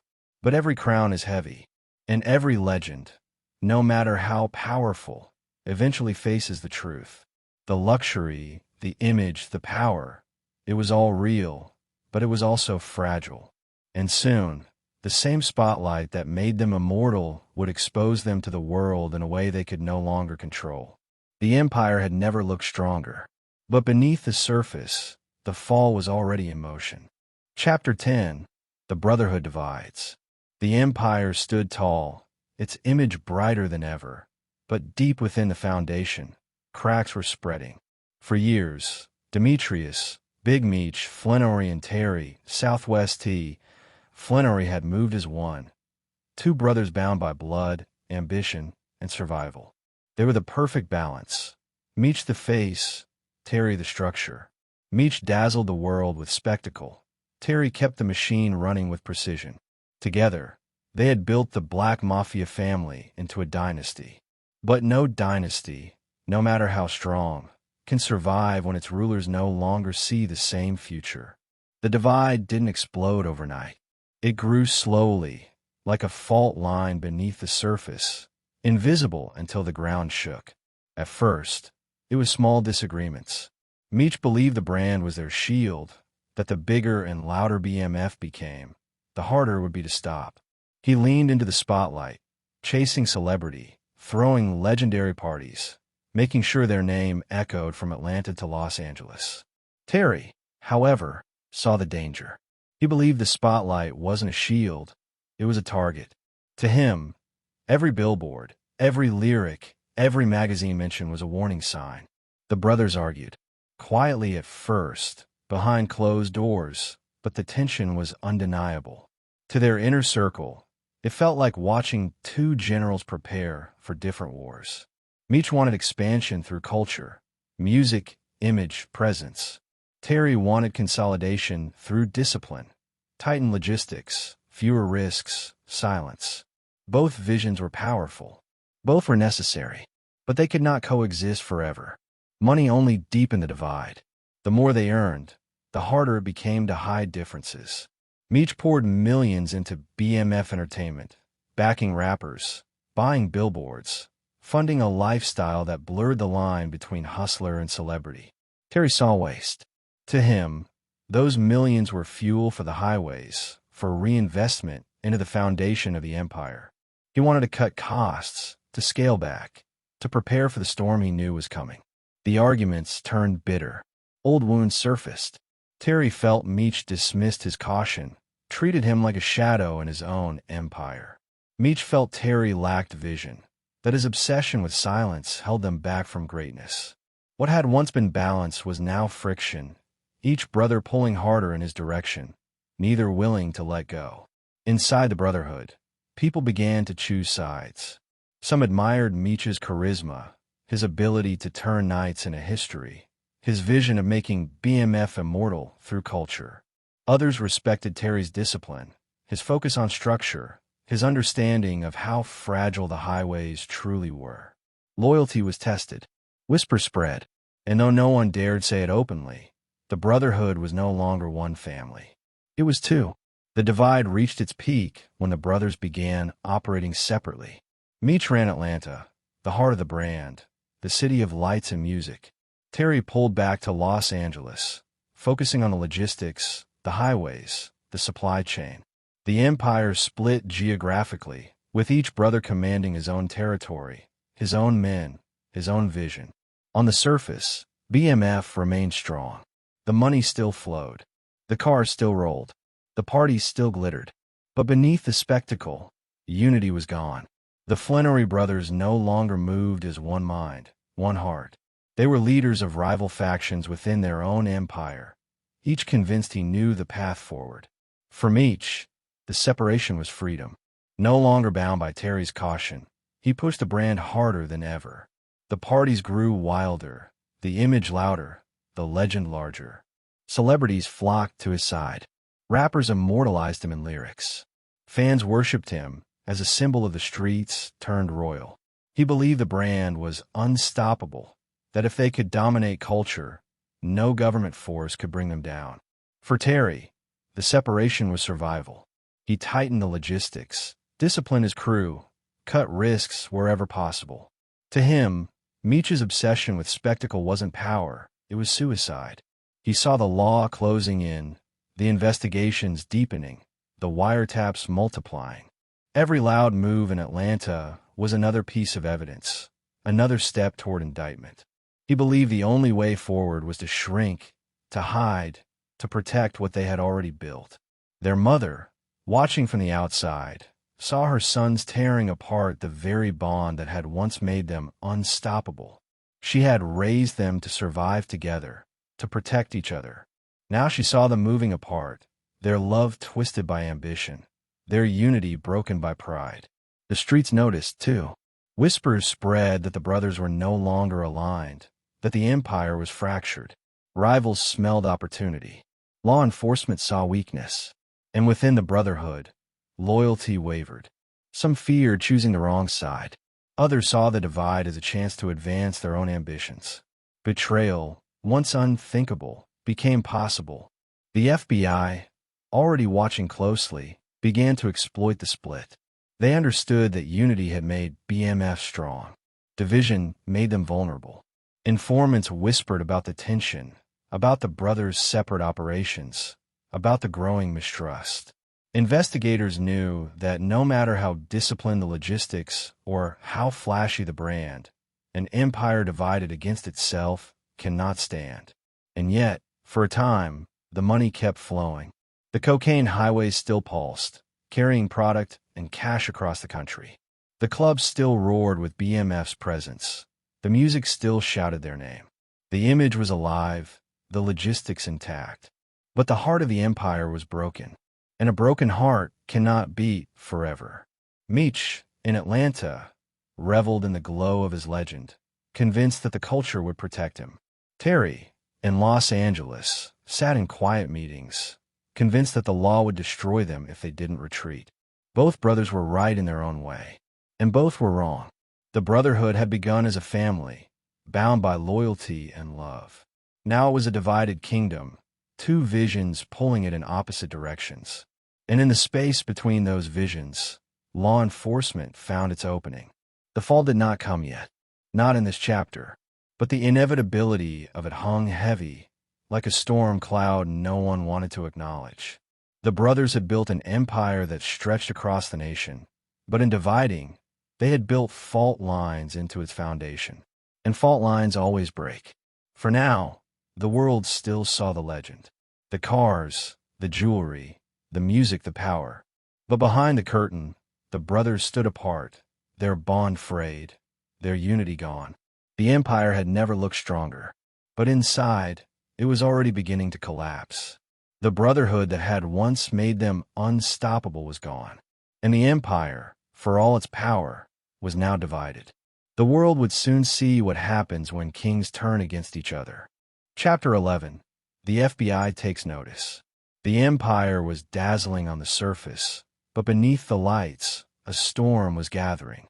By the early 2000s, the Black Mafia family had grown too large, too loud, and too visible to be ignored.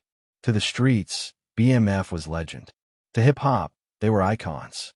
But to the FBI, they were a case file waiting to be cracked. The government had watched drug empires rise and fall before, but BMF was different. This wasn't just a crew hustling on corners. This was a national syndicate operating with the sophistication of a corporation and the arrogance of celebrities. And the Bureau was determined to bring it down. It started with whispers, anonymous tips, rumors and police reports, stray mentions on wiretaps from other cases.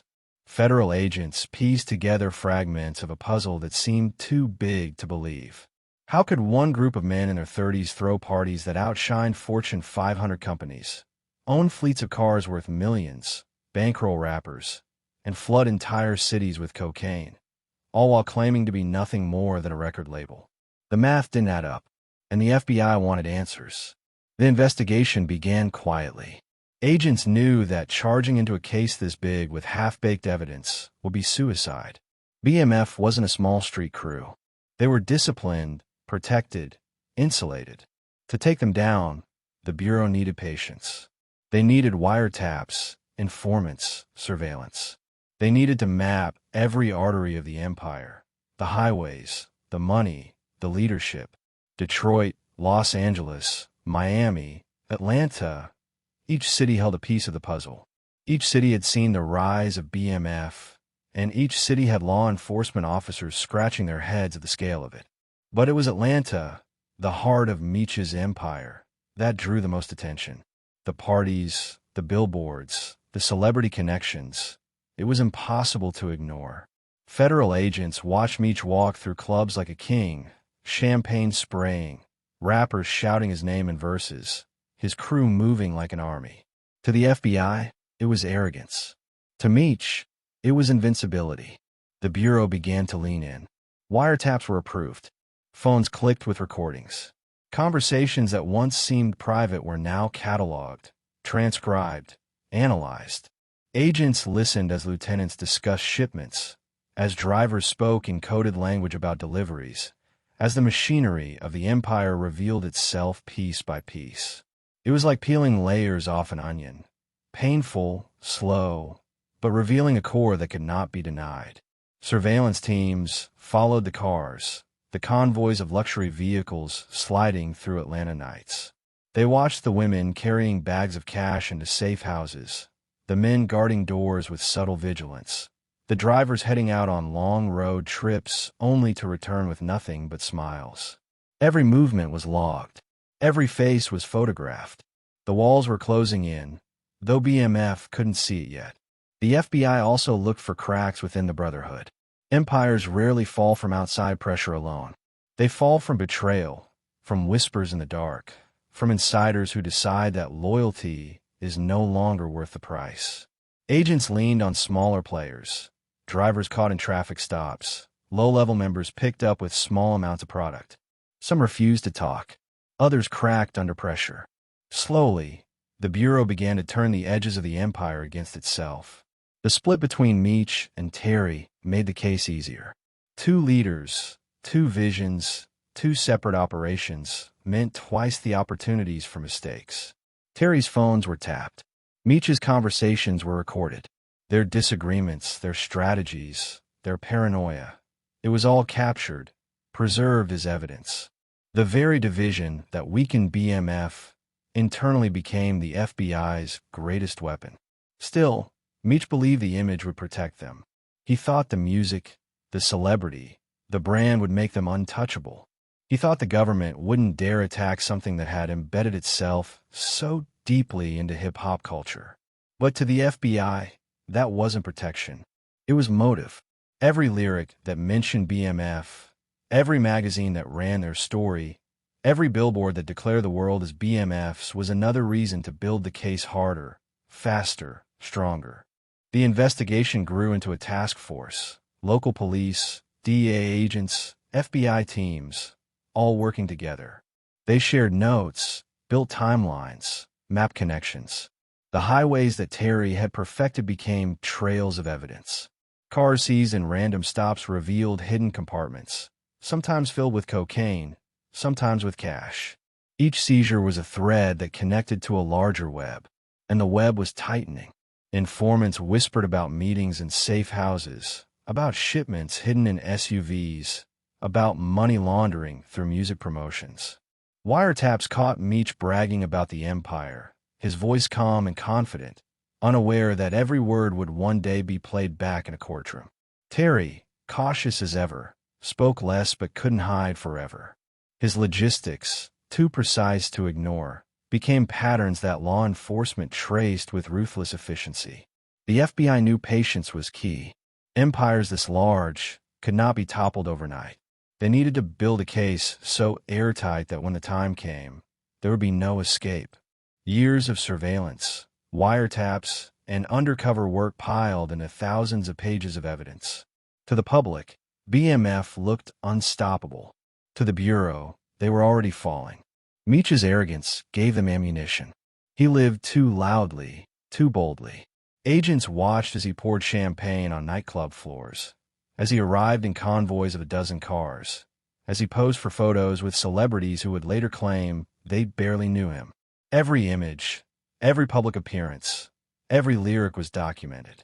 The very legend he built was being weaponized against him. Terry, in Los Angeles, saw the danger more clearly. He grew increasingly paranoid, convinced their phones were tapped, convinced the walls were closing in. He argued with Meech, begged him to scale back, to move quieter, to protect what they had built. But Meech refused. To him, retreat was defeat.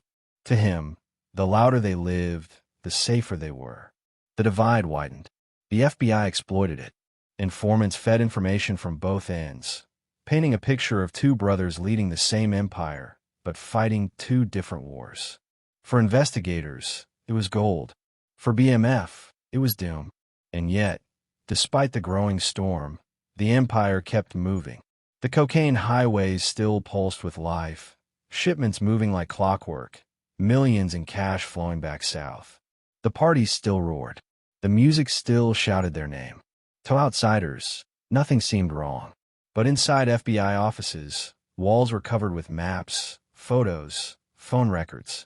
The case was almost ready. The Bureau knew they had to be careful. Taking down BMF meant more than arrests. It meant dismantling an empire that stretched across states, that touched not just criminals but celebrities, promoters, and fans. They needed to strike hard, strike fast, and strike with enough evidence to crush any defense. For Meech and Terry, the warning signs were everywhere.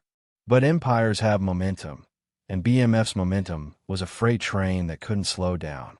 The bigger they grew, the faster the walls closed in. Every shipment was another risk. Every party was another clue. Every lyric was another piece of evidence. The FBI was no longer just watching. They were preparing. Preparing for the night when the doors would break down, when the handcuffs would click shut, when the empire of image, luxury, and power would crumble under the weight of reality. For now, though, BMF lived in denial. The streets still worshipped them. The music still immortalized them. Meech still smiled under the lights, convinced of his invincibility. Terry still worked in shadows, trying to prepare for the storm he knew was coming. But the FBI was ready.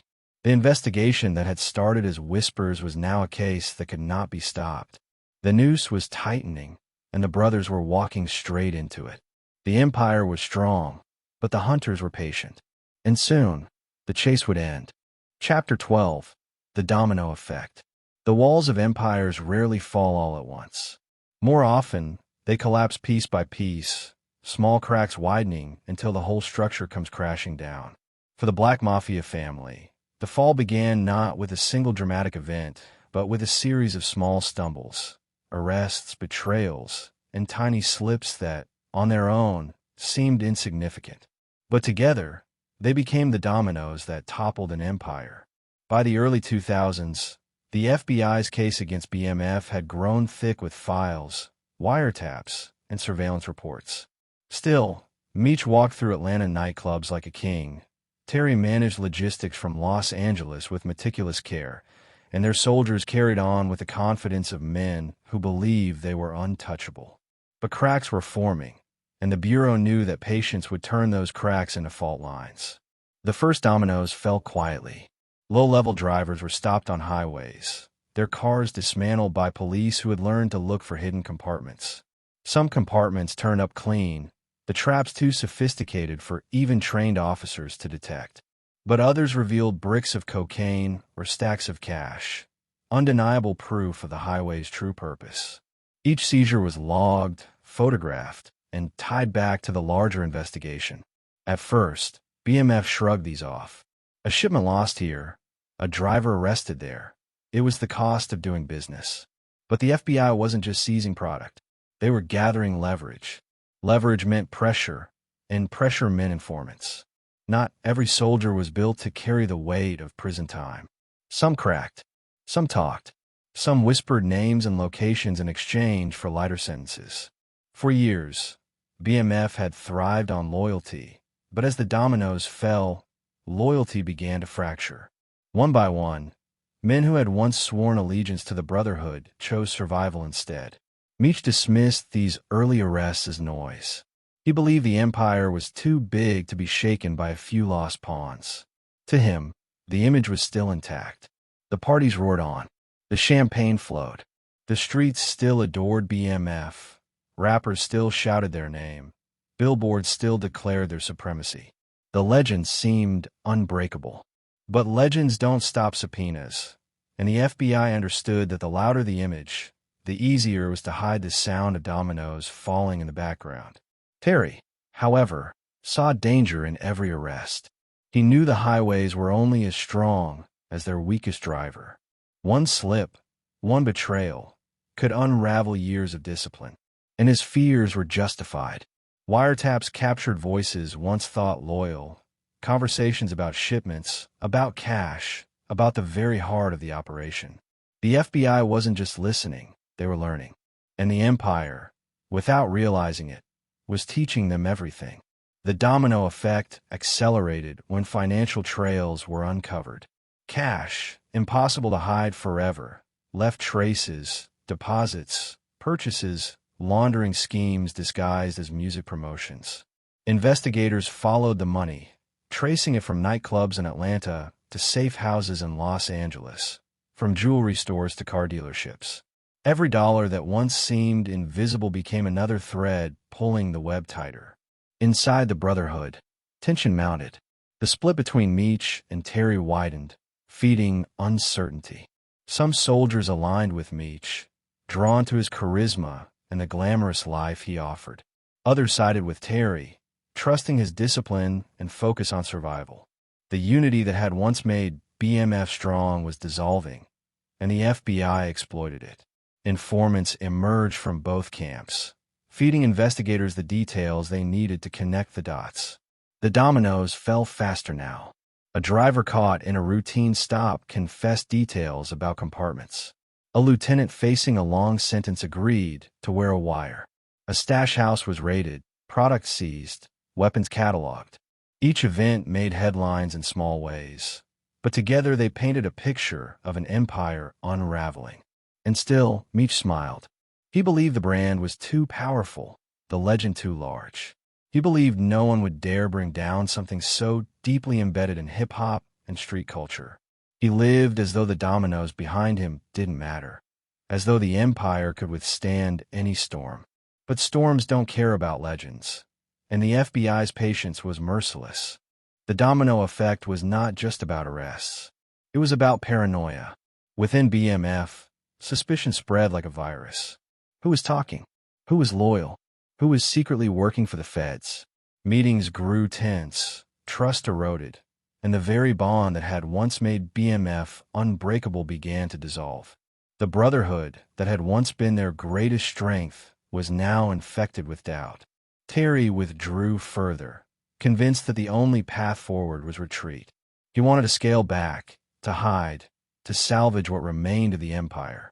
Meech pushed harder, determined to keep the brand alive, to prove their invincibility. The divide wasn't just philosophical anymore. It was practical.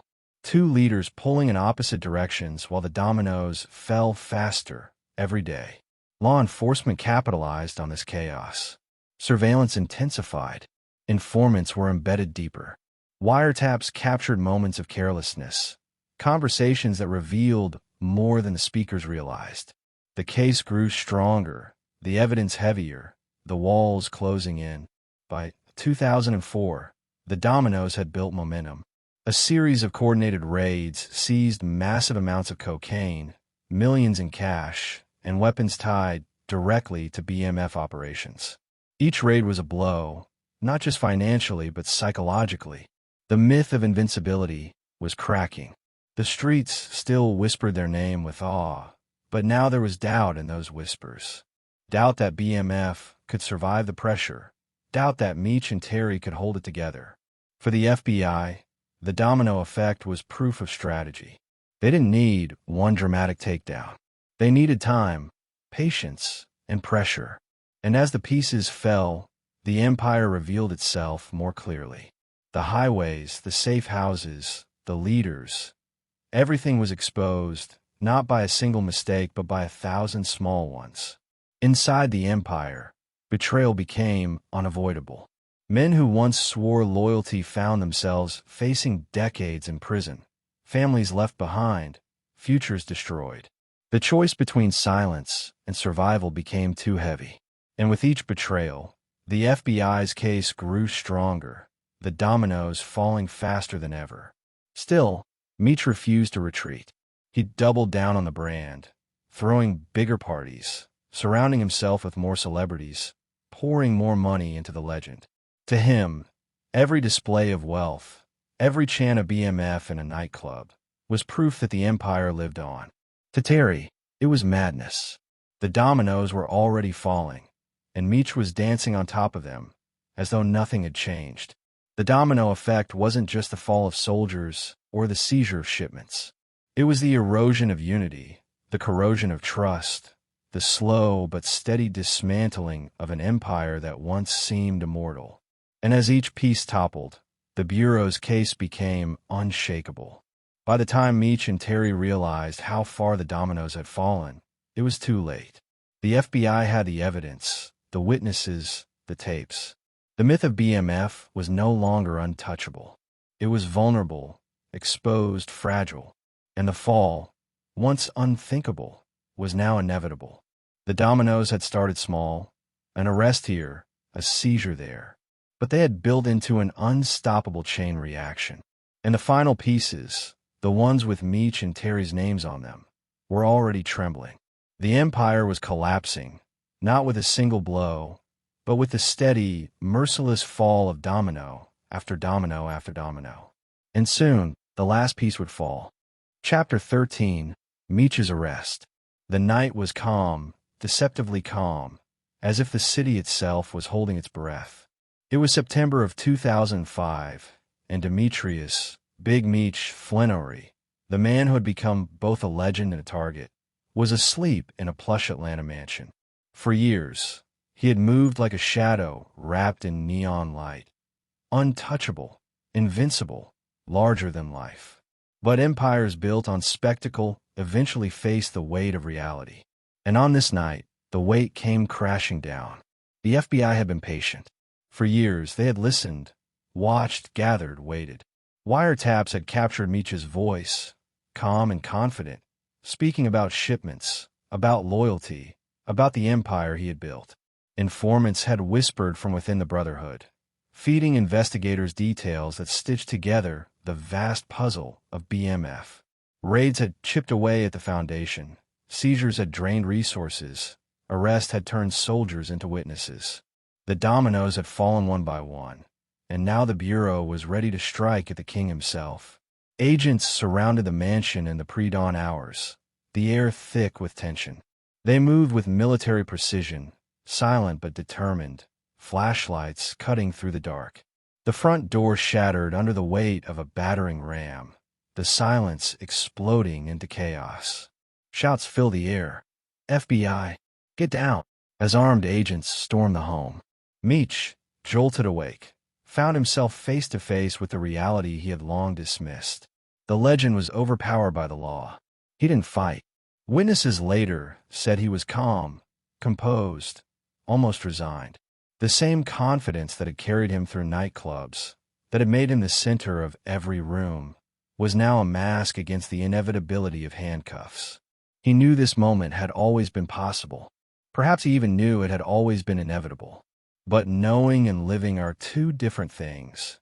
And as agents pulled his arms behind his back, the world of Big Meech, the billboards, the champagne, the music, the legend, collided with the reality of chains and silence. The arrest was a spectacle. News cameras caught images of Meech being led away, his head high, his expression unreadable. For years, he had courted the spotlight. Now the spotlight was turned against him. Reporters spoke his name with a mix of awe and condemnation. To some, he was a criminal mastermind finally brought down. To others, he was a folk hero, a man who had lived larger than life and now faced the price. Inside FBI offices, the arrest was a triumph. Agents celebrated years of patient work finally paying off. The case they had built was massive, hundreds of witnesses, thousands of pages of evidence, recordings, photos, financial trails. Meech's arrest was not just a victory. It was the crown jewel in a campaign that had taken nearly a decade to assemble. But outside those offices, the streets told a different story. Shockwaves rippled through Atlanta, Detroit, Miami, Los Angeles, every city where BMF had planted its flag. For years, Meech had seemed untouchable, a man too powerful, too beloved, too connected to fall. His arrest shattered that illusion. Some wept, some cheered, some whispered that the empire was finished. And yet, for many, the legend only grew. In hip-hop lyrics, in whispered conversations, in the mythology of the streets, Big Meech's arrest was not just a fall. It was a coronation of martyrdom. Inside the Brotherhood, panic spread. Soldiers wondered who had talked, who had betrayed, who would be next. Loyalty, already strained by years of pressure, began to crumble. Some prepared to run, others prepared to fight. But most knew the truth. If Meech could be taken, anyone could. The invincibility that had defined BMF was gone, replaced by fear and uncertainty. For Terry, the arrest was confirmation of everything he had feared. From Los Angeles, he watched the news unfold, the images of his brother in handcuffs, and knew the empire was collapsing. He had warned Meech, pleaded with him to scale back, to move quieter, to protect what they had built. But Meech had believed in image, in legend, in spectacle. Now the spectacle had ended in a way Terry always knew it would. Still, even as he sat in custody, Meech remained composed. He spoke little, offering no confession, no panic, no regret. To those who saw him in those first hours, he seemed almost serene, as if he had accepted that the empire he built had finally caught up with him. Some said he even smiled, a faint, defiant smile, as if to say that the legend would outlive the man. The indictment was staggering. Meech was charged with running a criminal enterprise that spanned across states, moving thousands of kilos of cocaine, laundering millions of dollars through music and promotions, orchestrating a network of lieutenants and soldiers. The government painted BMF not as a family, but as an empire of crime, ruthless and vast. And at its center stood Big Meech, the man who had turned himself into both kingpin and celebrity. In courtrooms, prosecutors laid out their evidence: wiretaps, photos, seized shipments, testimony from insiders. The case was overwhelming. For all his brilliance, for all his charisma, Meech could not fight the sheer weight of the government's machine. He faced decades, perhaps life behind bars. And though appeals would come, though lawyers would argue, the outcome seemed inevitable. The legend was now trapped within the walls of a federal case. But in the culture, the arrest only amplified his myth. Rappers immortalized him in lyrics. Fans wore his name on shirts. The streets whispered stories of his rise and fall. The world that Meech had courted, the world of image and legend, kept his story alive even as the FBI tried to bury it in indictments. To many, Big Meech wasn't just a criminal. He was a symbol of ambition, of excess, of the dream, and the danger of chasing power. For the FBI, the arrest was the beginning of the end. For BMF, it was the start of collapse. For Meech, it was the moment when legend became history. The empire had been built on highways, on discipline, on loyalty, but Meech had turned it into something larger, something louder. And in the end, it was that very loudness that brought it crashing down. The night of his arrest was quiet again after the chaos. The mansion dark, the champagne bottles empty, the cars parked silently in the driveway. The king was gone, taken by the same lights he had once basked in. And though the streets still whispered his name, the reality was clear. The empire had lost its face. But empires don't fall all at once. Meech was gone, but Terry remained. The highways still pulsed. The soldiers still moved. And the legend still breathed. For now, the dominoes have been falling for years. With Meech's arrest, one of the final pieces had toppled. But the fall wasn't over. The government wanted more. They wanted Terry. They wanted the lieutenants. They wanted to erase BMF from the map. And they would not stop until every domino had hit the floor. The brotherhood was broken. The legend was wounded. The empire was collapsing. And yet, for many, the story of Big Meech had only just begun. Because legends, unlike empires, don't end with handcuffs. Chapter 14, Terry's Fall. The empire had lost its face, but it had not yet lost its spine. When Demetrius Big Meech Flenory was taken in Atlanta, the shock rippled through the streets, but there was still one brother left free. Terry Southwest T. Flenory was hundreds of miles away, tucked into Los Angeles, the quieter half of the duo, the architect of the cocaine highways, the man who had always preferred the shadows to the stage. For a moment, some believed he might keep the empire alive. But history has no mercy on divided kingdoms. And for BMF, the fall of Terry would complete the collapse. Terry had always been different from his brother. Where Meech sought the light, Terry lived in caution. Where Meech threw champagne in crowded clubs, Terry pored over logistics with the eye of an accountant. For years, this balance kept the empire strong. Meech as the visionary, Terry as the architect. But as the empire expanded, the differences hardened into opposition. Terry wanted restraint. Meech wanted spectacle. Terry wanted silence. Meech wanted noise. And while Meech's arrest came with flashing lights and headlines, Terry's fall unfolded in a quieter but equally devastating fashion. The FBI had not ignored him. For years, they had been tapping his phones, recording his conversations, watching his movements. If Meech had given them spectacle, Terry gave them substance. His phone calls revealed the machinery of the highways, the logistics of moving product across the country, the discipline that kept BMF supplied and funded.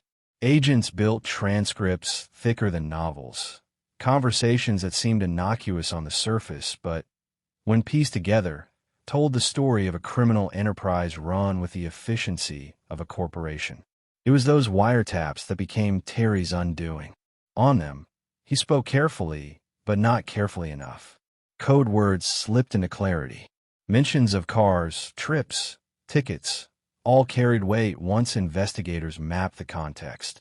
He had believed, for a time, that discipline could shield him, that caution could protect him. But when every word you speak is recorded, discipline is only a delay of the inevitable. His arrest was less spectacular than his brother's, but no less significant. Federal agents moved in quietly, seizing him with none of the flashing headlines that had accompanied Meech. There was no billboard backdrop, no champagne-soaked nightclub, no convoys of Bentleys lined in the street. Just a quiet moment in Los Angeles. The sound of handcuffs, the final piece of an empire slipping into federal custody. In court, prosecutors painted Terry not as a victim of his brother's ambition, but as an equal architect of the empire. If Meech was the face, Terry was the engine. Without him, they argued, the highways would never have worked, the shipments would never have flowed, the empire would never have risen. Evidence from the wiretaps, from seized cars, from flipped soldiers, all pointed back to him. And unlike Meech, who lived in spectacle, Terry could not claim ignorance. His fingerprints were on the blueprint. The trial was devastating. Witnesses who had once sworn loyalty now sat in the courtroom, pointing to Terry as the man who had overseen shipments, who had demanded discipline, who had kept the empire running while Meech played the celebrity. Some did it to save themselves, others because loyalty had already been broken by the domino effect of arrests and betrayals. Each testimony was a nail in the coffin. Each wiretap, transcript another weight pulling him down.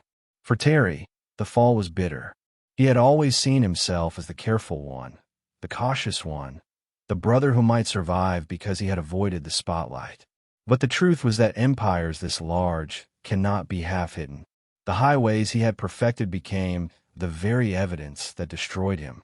The compartments in cars, once his genius innovation, became exhibits in courtrooms. His obsession with structure and logistics gave the government the map it needed to dismantle BMF piece by piece. The sentence was heavy. Like his brother, he faced decades behind bars. The empire was shattered. The two kings, once united, were now caged. The streets that had once whispered their names within now spoke of their downfall with equal intensity. And yet, even as Terry was led away, the myth of BMF lived on. For Meech, behind bars in Atlanta, the news of his brother's sentencing was both inevitable and heartbreaking. They had built it together, brick by brick, hustle by hustle, dream by dream, and now they would lose it together. Whatever differences had divided them, whatever arguments had torn their bond, in the end, they shared the same fate. For the FBI, Terry's fall was the final triumph.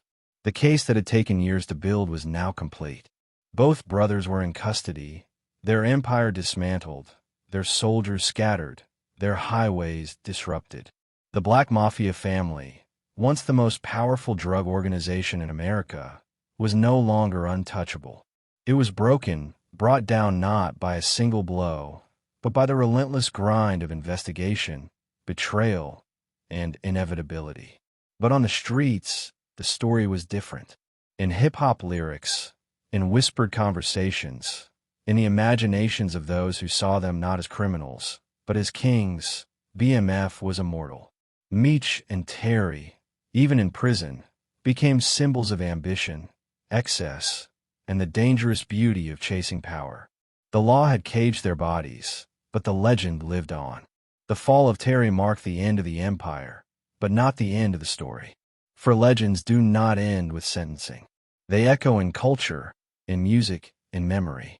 And the Black Mafia Family, for all its destruction, for all its betrayal, for all its collapse, remained a legend carved into the streets of America. Terry's fall was quieter than Meech's, but no less important. It was the final domino, the moment when the brotherhood that had once seemed eternal was officially ended. No longer a family, no longer an empire, just two men behind bars, watching as the world debated whether they were villains, visionaries, or both. The empire was gone. The highways silent. The parties ended. But the myth was louder than ever. And sometimes, myths are harder to bury than men. Chapter 15. The Trial of BMF. The spectacle that Demetrius Big Meech Flenory had once courted in nightclubs, in billboards, and in champagne-fueled parties was now transplanted into a courtroom. This time, the audience wasn't rappers, celebrities, or admirers. It was judges, prosecutors, federal agents, and a jury tasked with deciding the fate of the Black Mafia family. The trial of BMF wasn't just another criminal proceeding. It was the stage where the government intended to dismantle not only an organization, but a legend. From the moment the indictment was unsealed, the scale of the case stunned even those familiar with the empire. Prosecutors described BMF as a drug syndicate of unprecedented size, moving thousands of kilos of cocaine across state lines, laundering millions of dollars, and embedding itself in hip-hop culture to camouflage its empire. The indictment wasn't about a few charges of possession or conspiracy. It was about painting BMF as a machine, an empire designed from the ground up to flood America with cocaine and turn its leaders into untouchable kings. The courtroom became a battleground of images. The prosecution displayed photographs of luxury cars lined outside Atlanta clubs, stacks of cash seized in raids, jewelry worth more than some houses. They showed jurors the infamous billboard that read the world as BMF's, a declaration, they argued, of arrogance and open defiance of the law. They played wiretaps of Meech's voice, calm and steady, discussing logistics, cautioning his men, bragging about the reach of the empire. They presented transcripts of Terry's phone calls, every coded phrase broken down, each metaphor for cars or tickets translated into the cold, stark reality of cocaine shipments. But beyond evidence, prosecutors wielded betrayal. Former soldiers, lieutenants, even trusted associates took the stand. Men who had once sworn loyalty to the Flenory brothers now pointed across the courtroom, identifying them as leaders of the largest drug empire in the nation. Some testified reluctantly, broken by long prison sentences hanging over their heads. Others spoke with bitterness, eager to save themselves or to settle old grudges. Each one chipped away at the myth of BMF as a family united by loyalty. The prosecution painted it instead as a business built on fear, money, and betrayal. The defense tried to counter with the image Meech had always wanted. That BMF was an entertainment label, a cultural movement, not a criminal organization. They argued that the cars, the jewelry, the parties were part of hip-hop's language of success, not proof of drug money. They emphasized BMF Entertainment, pointing to the careers of artists like Young Jeezy as evidence that the Flenory brothers had legitimate ambitions in music. They tried to cast doubt on the testimonies of informants, calling them liars, opportunists, men willing to say anything to save themselves. But the weight of the evidence was crushing. Jurors didn't just hear about cocaine shipments. They saw the photographs, the cars with hidden compartments, the seized kilos, the bags of cash. They didn't just hear about wiretaps. They listened to Meech and Terry's voices, stripped of myth, caught in the unflinching honesty of surveillance. The glamour that once made BMF seem invincible now worked against them. To jurors, the fleets of cars and the rivers of champagne weren't signs of hip-hop success. They were signs of excess funded by crime. Reporters filled the gallery, scribbling notes that would later become headlines. Every day, the trial unfolded like a drama. The rise and fall of the Black Mafia family told through exhibits, testimonies, and arguments. To the public, it was confirmation of everything whispered for years, that the billboards, the music, the parties were built on cocaine highways and hidden compartments. To fans, it was surreal, watching the men who had been immortalized in lyrics now reduced to defendants in suits, their futures hanging on the decisions of strangers.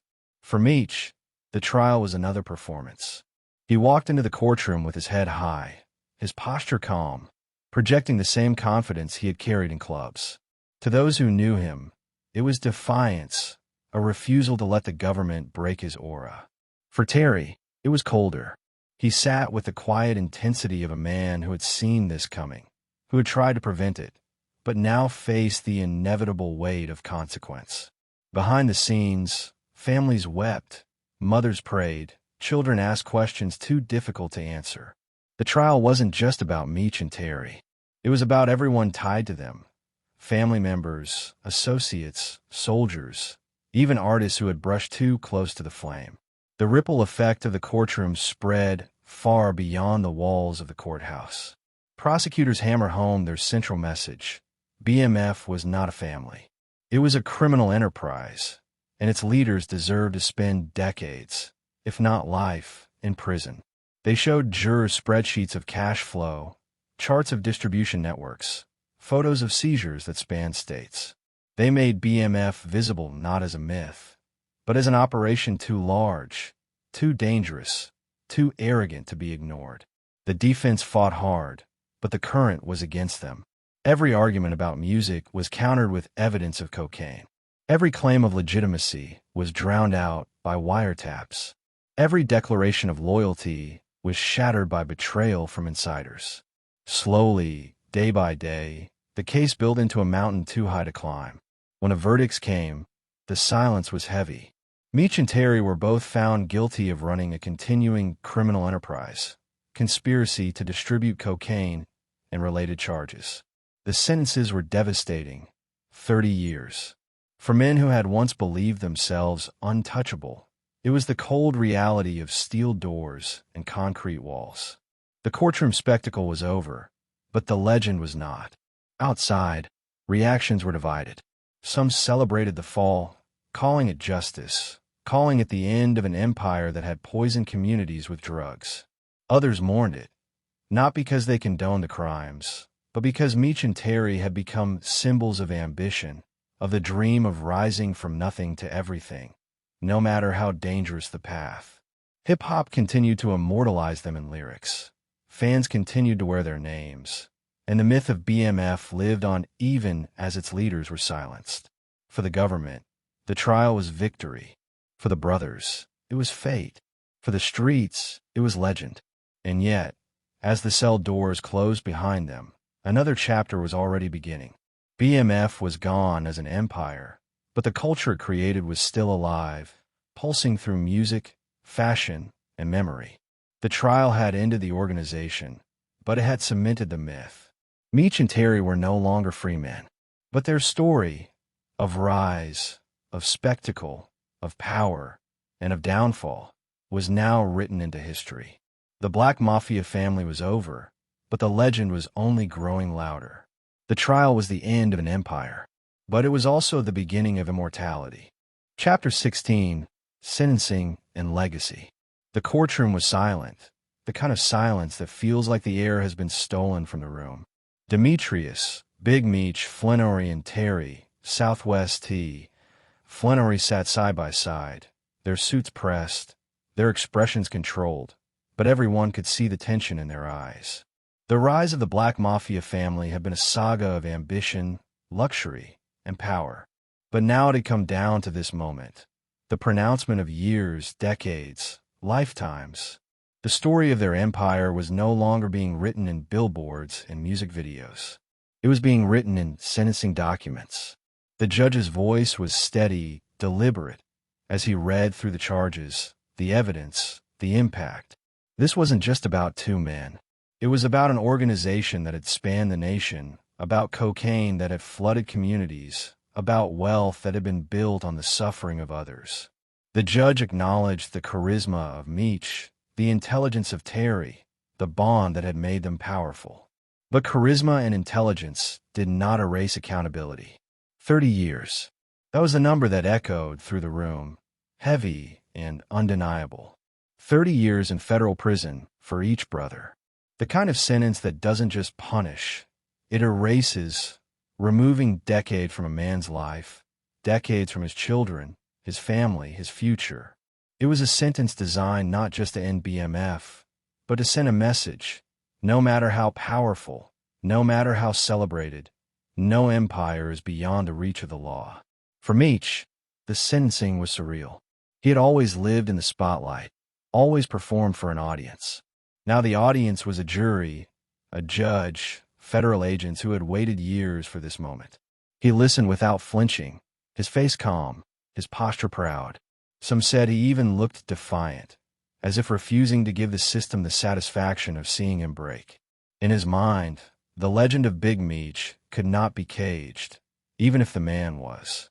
For Terry, the weight was different. He had always been the cautious one, the quiet architect, the brother who believed discipline could shield them. But discipline hadn't been enough. The wiretaps, the testimonies, the betrayals, they had all come for him too. He lowered his eyes as the sentence was read, not in defeat, but in recognition. He had always known this was possible. He had warned Meech, argued with him, pleaded for restraint. But the empire had been too big, too loud, too inevitable. And now both brothers were paying the price. Families wept. Mothers clutched hands, tears rolling silently. Children sat confused, too young to understand why their fathers would not be coming home. The ripple effect of the sentencing spread beyond the courtroom, touching everyone tied to the Flenory brothers. For some, it was a moment of justice. For others, it was tragedy. For all, it was finality. But sentencing is never just about punishment. It is also about legacy. And the legacy of BMF was already larger than the courtroom, larger than the indictment, larger even than the 30 years stamped into the record. The story of Big Meech and Terry was not ending here. It was transforming. In hip-hop, their names continued to echo. Rappers shouted them out in verses, honoring them as symbols of ambition, of the streets rising to power. Rick Ross famously immortalized Meech in a lyric that turned into an anthem, ensuring that even as he sat behind bars, his name lived in clubs, in radios, in headphones across the world. Fans wore T-shirts with their initials, posted their images, debated their story. The government had taken their freedom, but it could not erase their myth. That myth was complicated. For some, BMF was a cautionary tale, a reminder of how fast money and spectacle end in chains.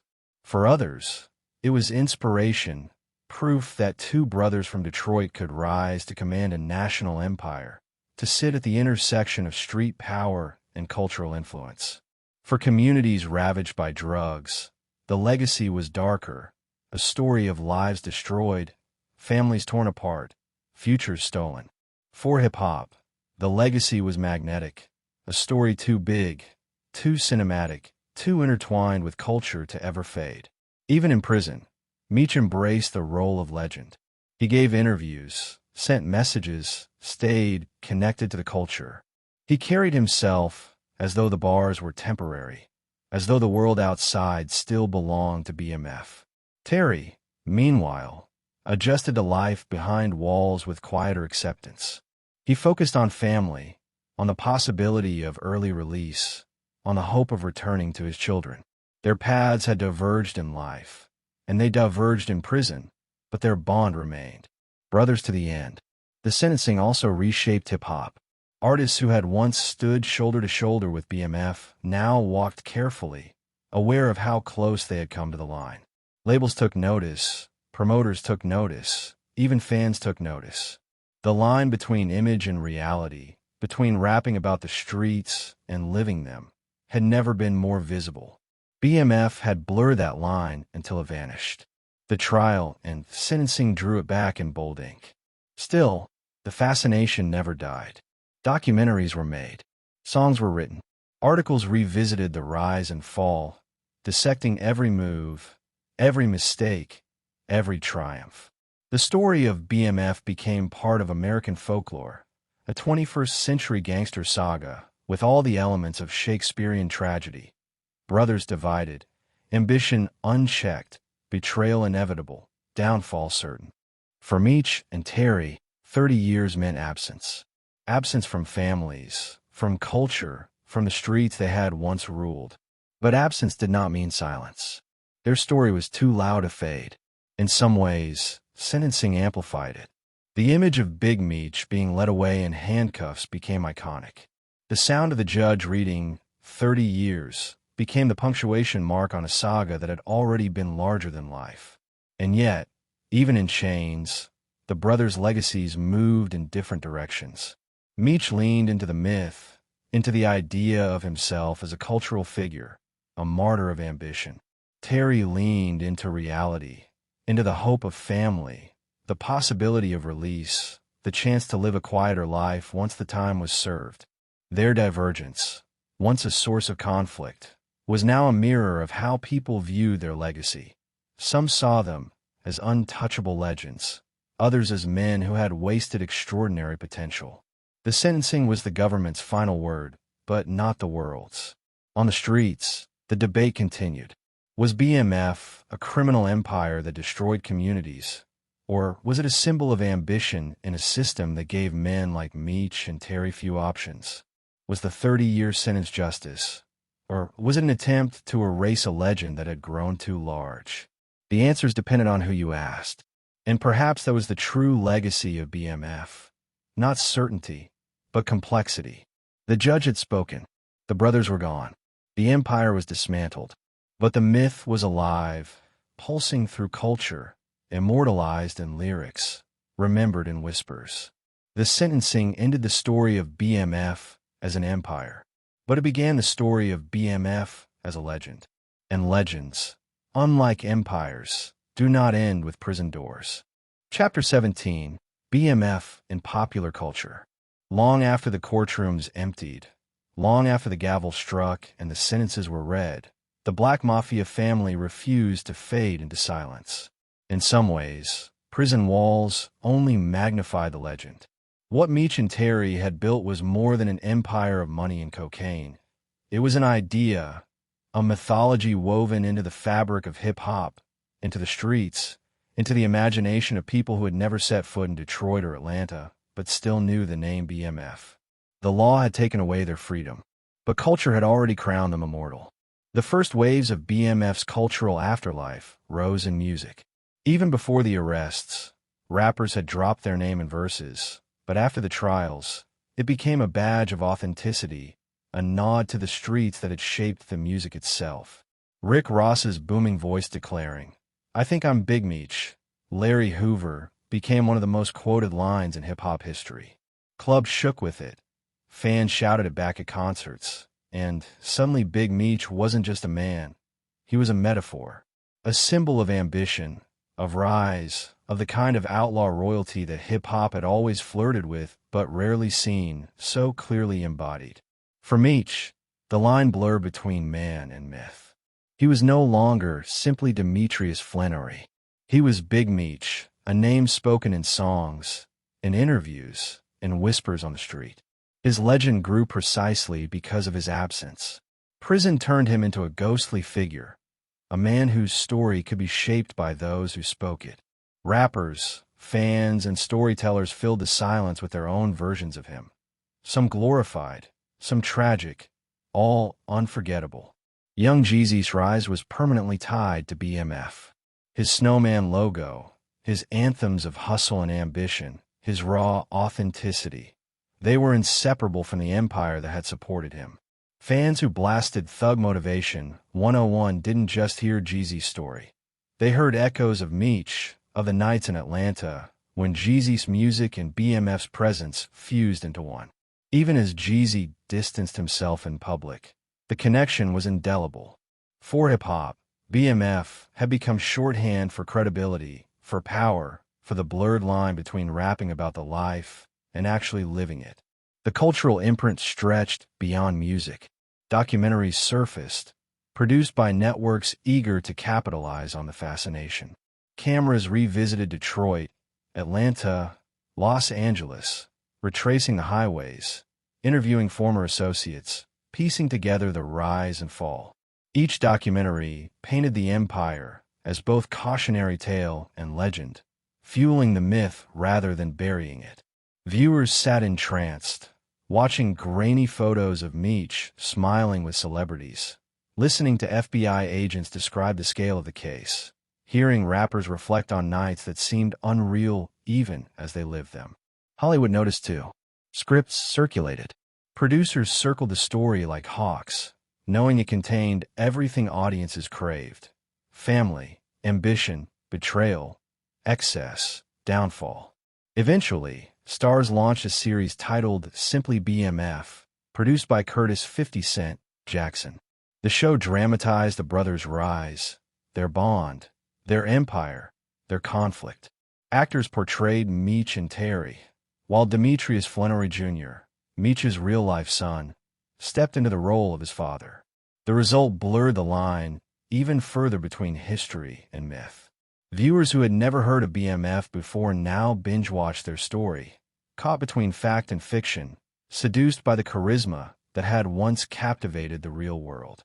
For Meech, seeing his son carry his name into the spotlight became part of his legacy. Behind prison walls, he gave his blessing, watching as the story he had lived became a cultural phenomenon on television. For Terry, the dramatization was another reminder of how their choices, their rise, and their fall had become larger than life, a tale too powerful to stay confined to case files and prison cells. BMF's presence also lingered in fashion and slang. Shirts emblazoned with the initials sold in underground markets, snowman logos still appeared, phrases from the trial, and the music surrounding them slipped into everyday conversation. To wear BMF was to declare allegiance not to the crimes, but to the idea, the ambition, the audacity, the dream of rising from nothing to everything. But the cultural immortality was not without controversy. Critics asked whether glorifying BMF ignored the damage they had done. The families broken by addiction, the communities destabilized by the flood of cocaine. Was celebrating them in music and television erasing the pain their empire had caused? Or was it simply acknowledging the undeniable influence they had wielded, the fact that legends are not born from morality, but from magnitude? The debate raged on, each new lyric or episode sparking fresh arguments about where admiration ends and accountability begins. Hip-hop, though, rarely shied away from complexity. The culture embraced BMF not because it condoned crime, but because it recognized authenticity. In a genre where image often outpaces reality, Meech and Terry were the real thing. They didn't just rap about Bentleys, they drove them. They didn't just rhyme about brotherhood, they lived it, until it fractured under the weight of ambition. They didn't just imagine being kings, they became them, if only for a moment. And hip-hop, always drawn to stories of rise and fall, immortalized them because they embodied both. The cultural wave reached a point where even those far removed from the streets knew the initials. College kids, suburban teenagers, international fans, they wore the shirts, quoted the lyrics, watched the series. For many, BMF became less about the specifics of cocaine shipments and more about the idea of outlaw power, of living large, of defying the system. The story had transformed from criminal history into pop mythology. Inside prison, Meech remained engaged. He wrote letters, gave interviews through intermediaries, stayed connected to the movement his name had become. He was no longer a free man, but he was still a cultural figure, still shaping how the world saw him. Terry, ever more reserved, lived his sentence differently. He stayed quieter, focusing on family, on the possibility of release, on the hope that his story might one day be remembered with nuance rather than only myth. And yet, even their differences became part of the narrative. The public saw Meech as the larger-than-life figure, the charismatic king who courted the spotlight. Terry was the pragmatist, the architect, the man who tried to keep the empire steady. Together, they became archetypes, two sides of the same coin, two visions of power, two brothers whose unity built an empire and whose divide helped end it. Popular culture thrived on those contrasts, turning their story into something Shakespearean. What kept BMF alive in culture was not just their ambition, but their contradictions. They were both loyal brothers and bitter rivals, both businessmen and criminals, both celebrated and condemned, both kings and prisoners. It was those contradictions that made their story human, and it was those contradictions that made it irresistible to music, television, and myth. By the mid-2010s, a new generation had discovered BMF not through core documents, but through songs and shows. To them, Big Meech was not a man they remembered on the news. He was a character in culture, a legend whose story had been retold and reframed until it transcended its origins. For better or worse, BMF had become part of the cultural DNA, and that, perhaps, was the ultimate irony. The government had worked tirelessly to erase the empire, to dismantle it piece by piece, to ensure it could never rise again. But in trying to end BMF, they had helped solidify its myth. The spectacle of arrests, the headlines, the trial, it all fed into the legend, giving it the oxygen it needed to burn forever in culture. The brothers were locked away. The highways were silent. The parties were over. But BMF lived on in verses, in episodes, in conversations. The empire was gone. The legend was eternal. The story of BMF in popular culture is not just about two men. It's about how America creates myths out of outlaws, how hip-hop amplifies those myths, how audiences crave stories of power, excess, and downfall. It's about the tension between truth and image, between crime and culture, between what was and what we choose to remember. The Black Mafia family no longer exists in the streets, but in popular culture, it will never die. Chapter 18, Reflections on Power and Downfall. The story of the Black Mafia family begins in the streets of Detroit, threads its way through the cocaine highways of America, explodes into the glittering clubs of Atlanta, and eventually lands in the cold, quiet reality of federal prison. It is a story of ambition and brilliance, of brotherhood and betrayal, of spectacle and silence. But above all, it is a story about the cost of chasing power in a world that demands payment for every victory. By the time Demetrius, Big Meech, Flenory, and Terry, Southwest T, Flenory sat behind prison walls, their empire was gone. The cars were seized, the cash confiscated, the soldiers scattered. The billboards that once declared the world as BMFs had been replaced with headlines announcing their downfall. The empire had lasted barely 2 decades, a blink in history's timeline, yet its impact was seismic. From street corners to recording studios, from FBI task forces to television screens, BMF had left a mark that could never be erased. The question that lingers is not just how it happened, but why. Why did two brothers risk everything, build an empire so vast, and then let it collapse under the weight of its own contradictions? The answers lie in the human heart, in the hunger for survival, the ambition for greatness, the temptation of luxury, and the blindness that comes when belief in one's own legend outpaces reality. Meech embodied the dreamer, the visionary, the man who believed image was power. To him, money was not enough. Influence was not enough. He wanted immortality, the kind that came from being known, remembered, celebrated. His charisma lit up every room. His confidence pulled people into his orbit. He believed if the world believed in BMF, then the world could not destroy it. His brilliance was his downfall, because he never realized that attention is a double-edged sword. The spotlight makes you a legend, but it also makes you a target. Terry embodied the pragmatist, the architect, the man who believed discipline was survival. He built the highways, perfected the compartments, ensured that the machinery of the empire moved without fail. He never wanted the lights, the parties, the billboards. To him, invisibility was protection, logistics were power. His caution was his downfall, because no matter how disciplined, no empire can survive when its leaders are divided. His brilliance was his curse, because he could see the storm coming but could not stop it. Together, they were unstoppable. Apart, they were inevitable. The story of BMF is not just the story of two men. It is the story of the tension between spectacle and silence, between ambition and caution, between the dream of immortality and the reality of consequence. The downfall of BMF was not sudden. It was a slow unraveling, a domino effect of arrests, betrayals, wiretaps, and paranoia. But when it came, it was final. 30 years. A lifetime in prison, enough to erase the prime of their lives, enough to ensure the empire would never rise again. The FBI had been patient, meticulous, relentless. They had waited for cracks, and the cracks had come. From within, from without, from the very contradictions that made BMF both powerful and fragile. Yet even in downfall, the legend grew. Popular culture transformed the brothers into archetypes. Hip-hop immortalized their names in lyrics that still echo in clubs and concerts. Documentaries dissected their empire.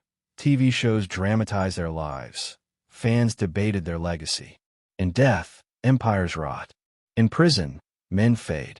But in culture, legends live forever. And BMF became legend precisely because of the downfall. The reflection is complex. For communities devastated by drugs, BMF is not a legend but a wound. Families were torn apart, futures destroyed, lives lost to addiction. The wealth of the empire was built on suffering, on poison sold to those desperate enough to buy. The glamour of BMF was purchased with pain, and no amount of cultural mythology can erase that. For these communities, the downfall was justice, the sentencing accountability, the story a cautionary tale. For hip-hop, the reflection is different. BMF was authenticity in a world where image often outpaces reality. They were not men pretending to live the life they rapped about. They lived it, fully, dangerously, audaciously. Hip-hop has always celebrated rise and fall, always been drawn to the myth of the outlaw, always blurred the line between art and life. In BMF, the culture found its perfect symbol.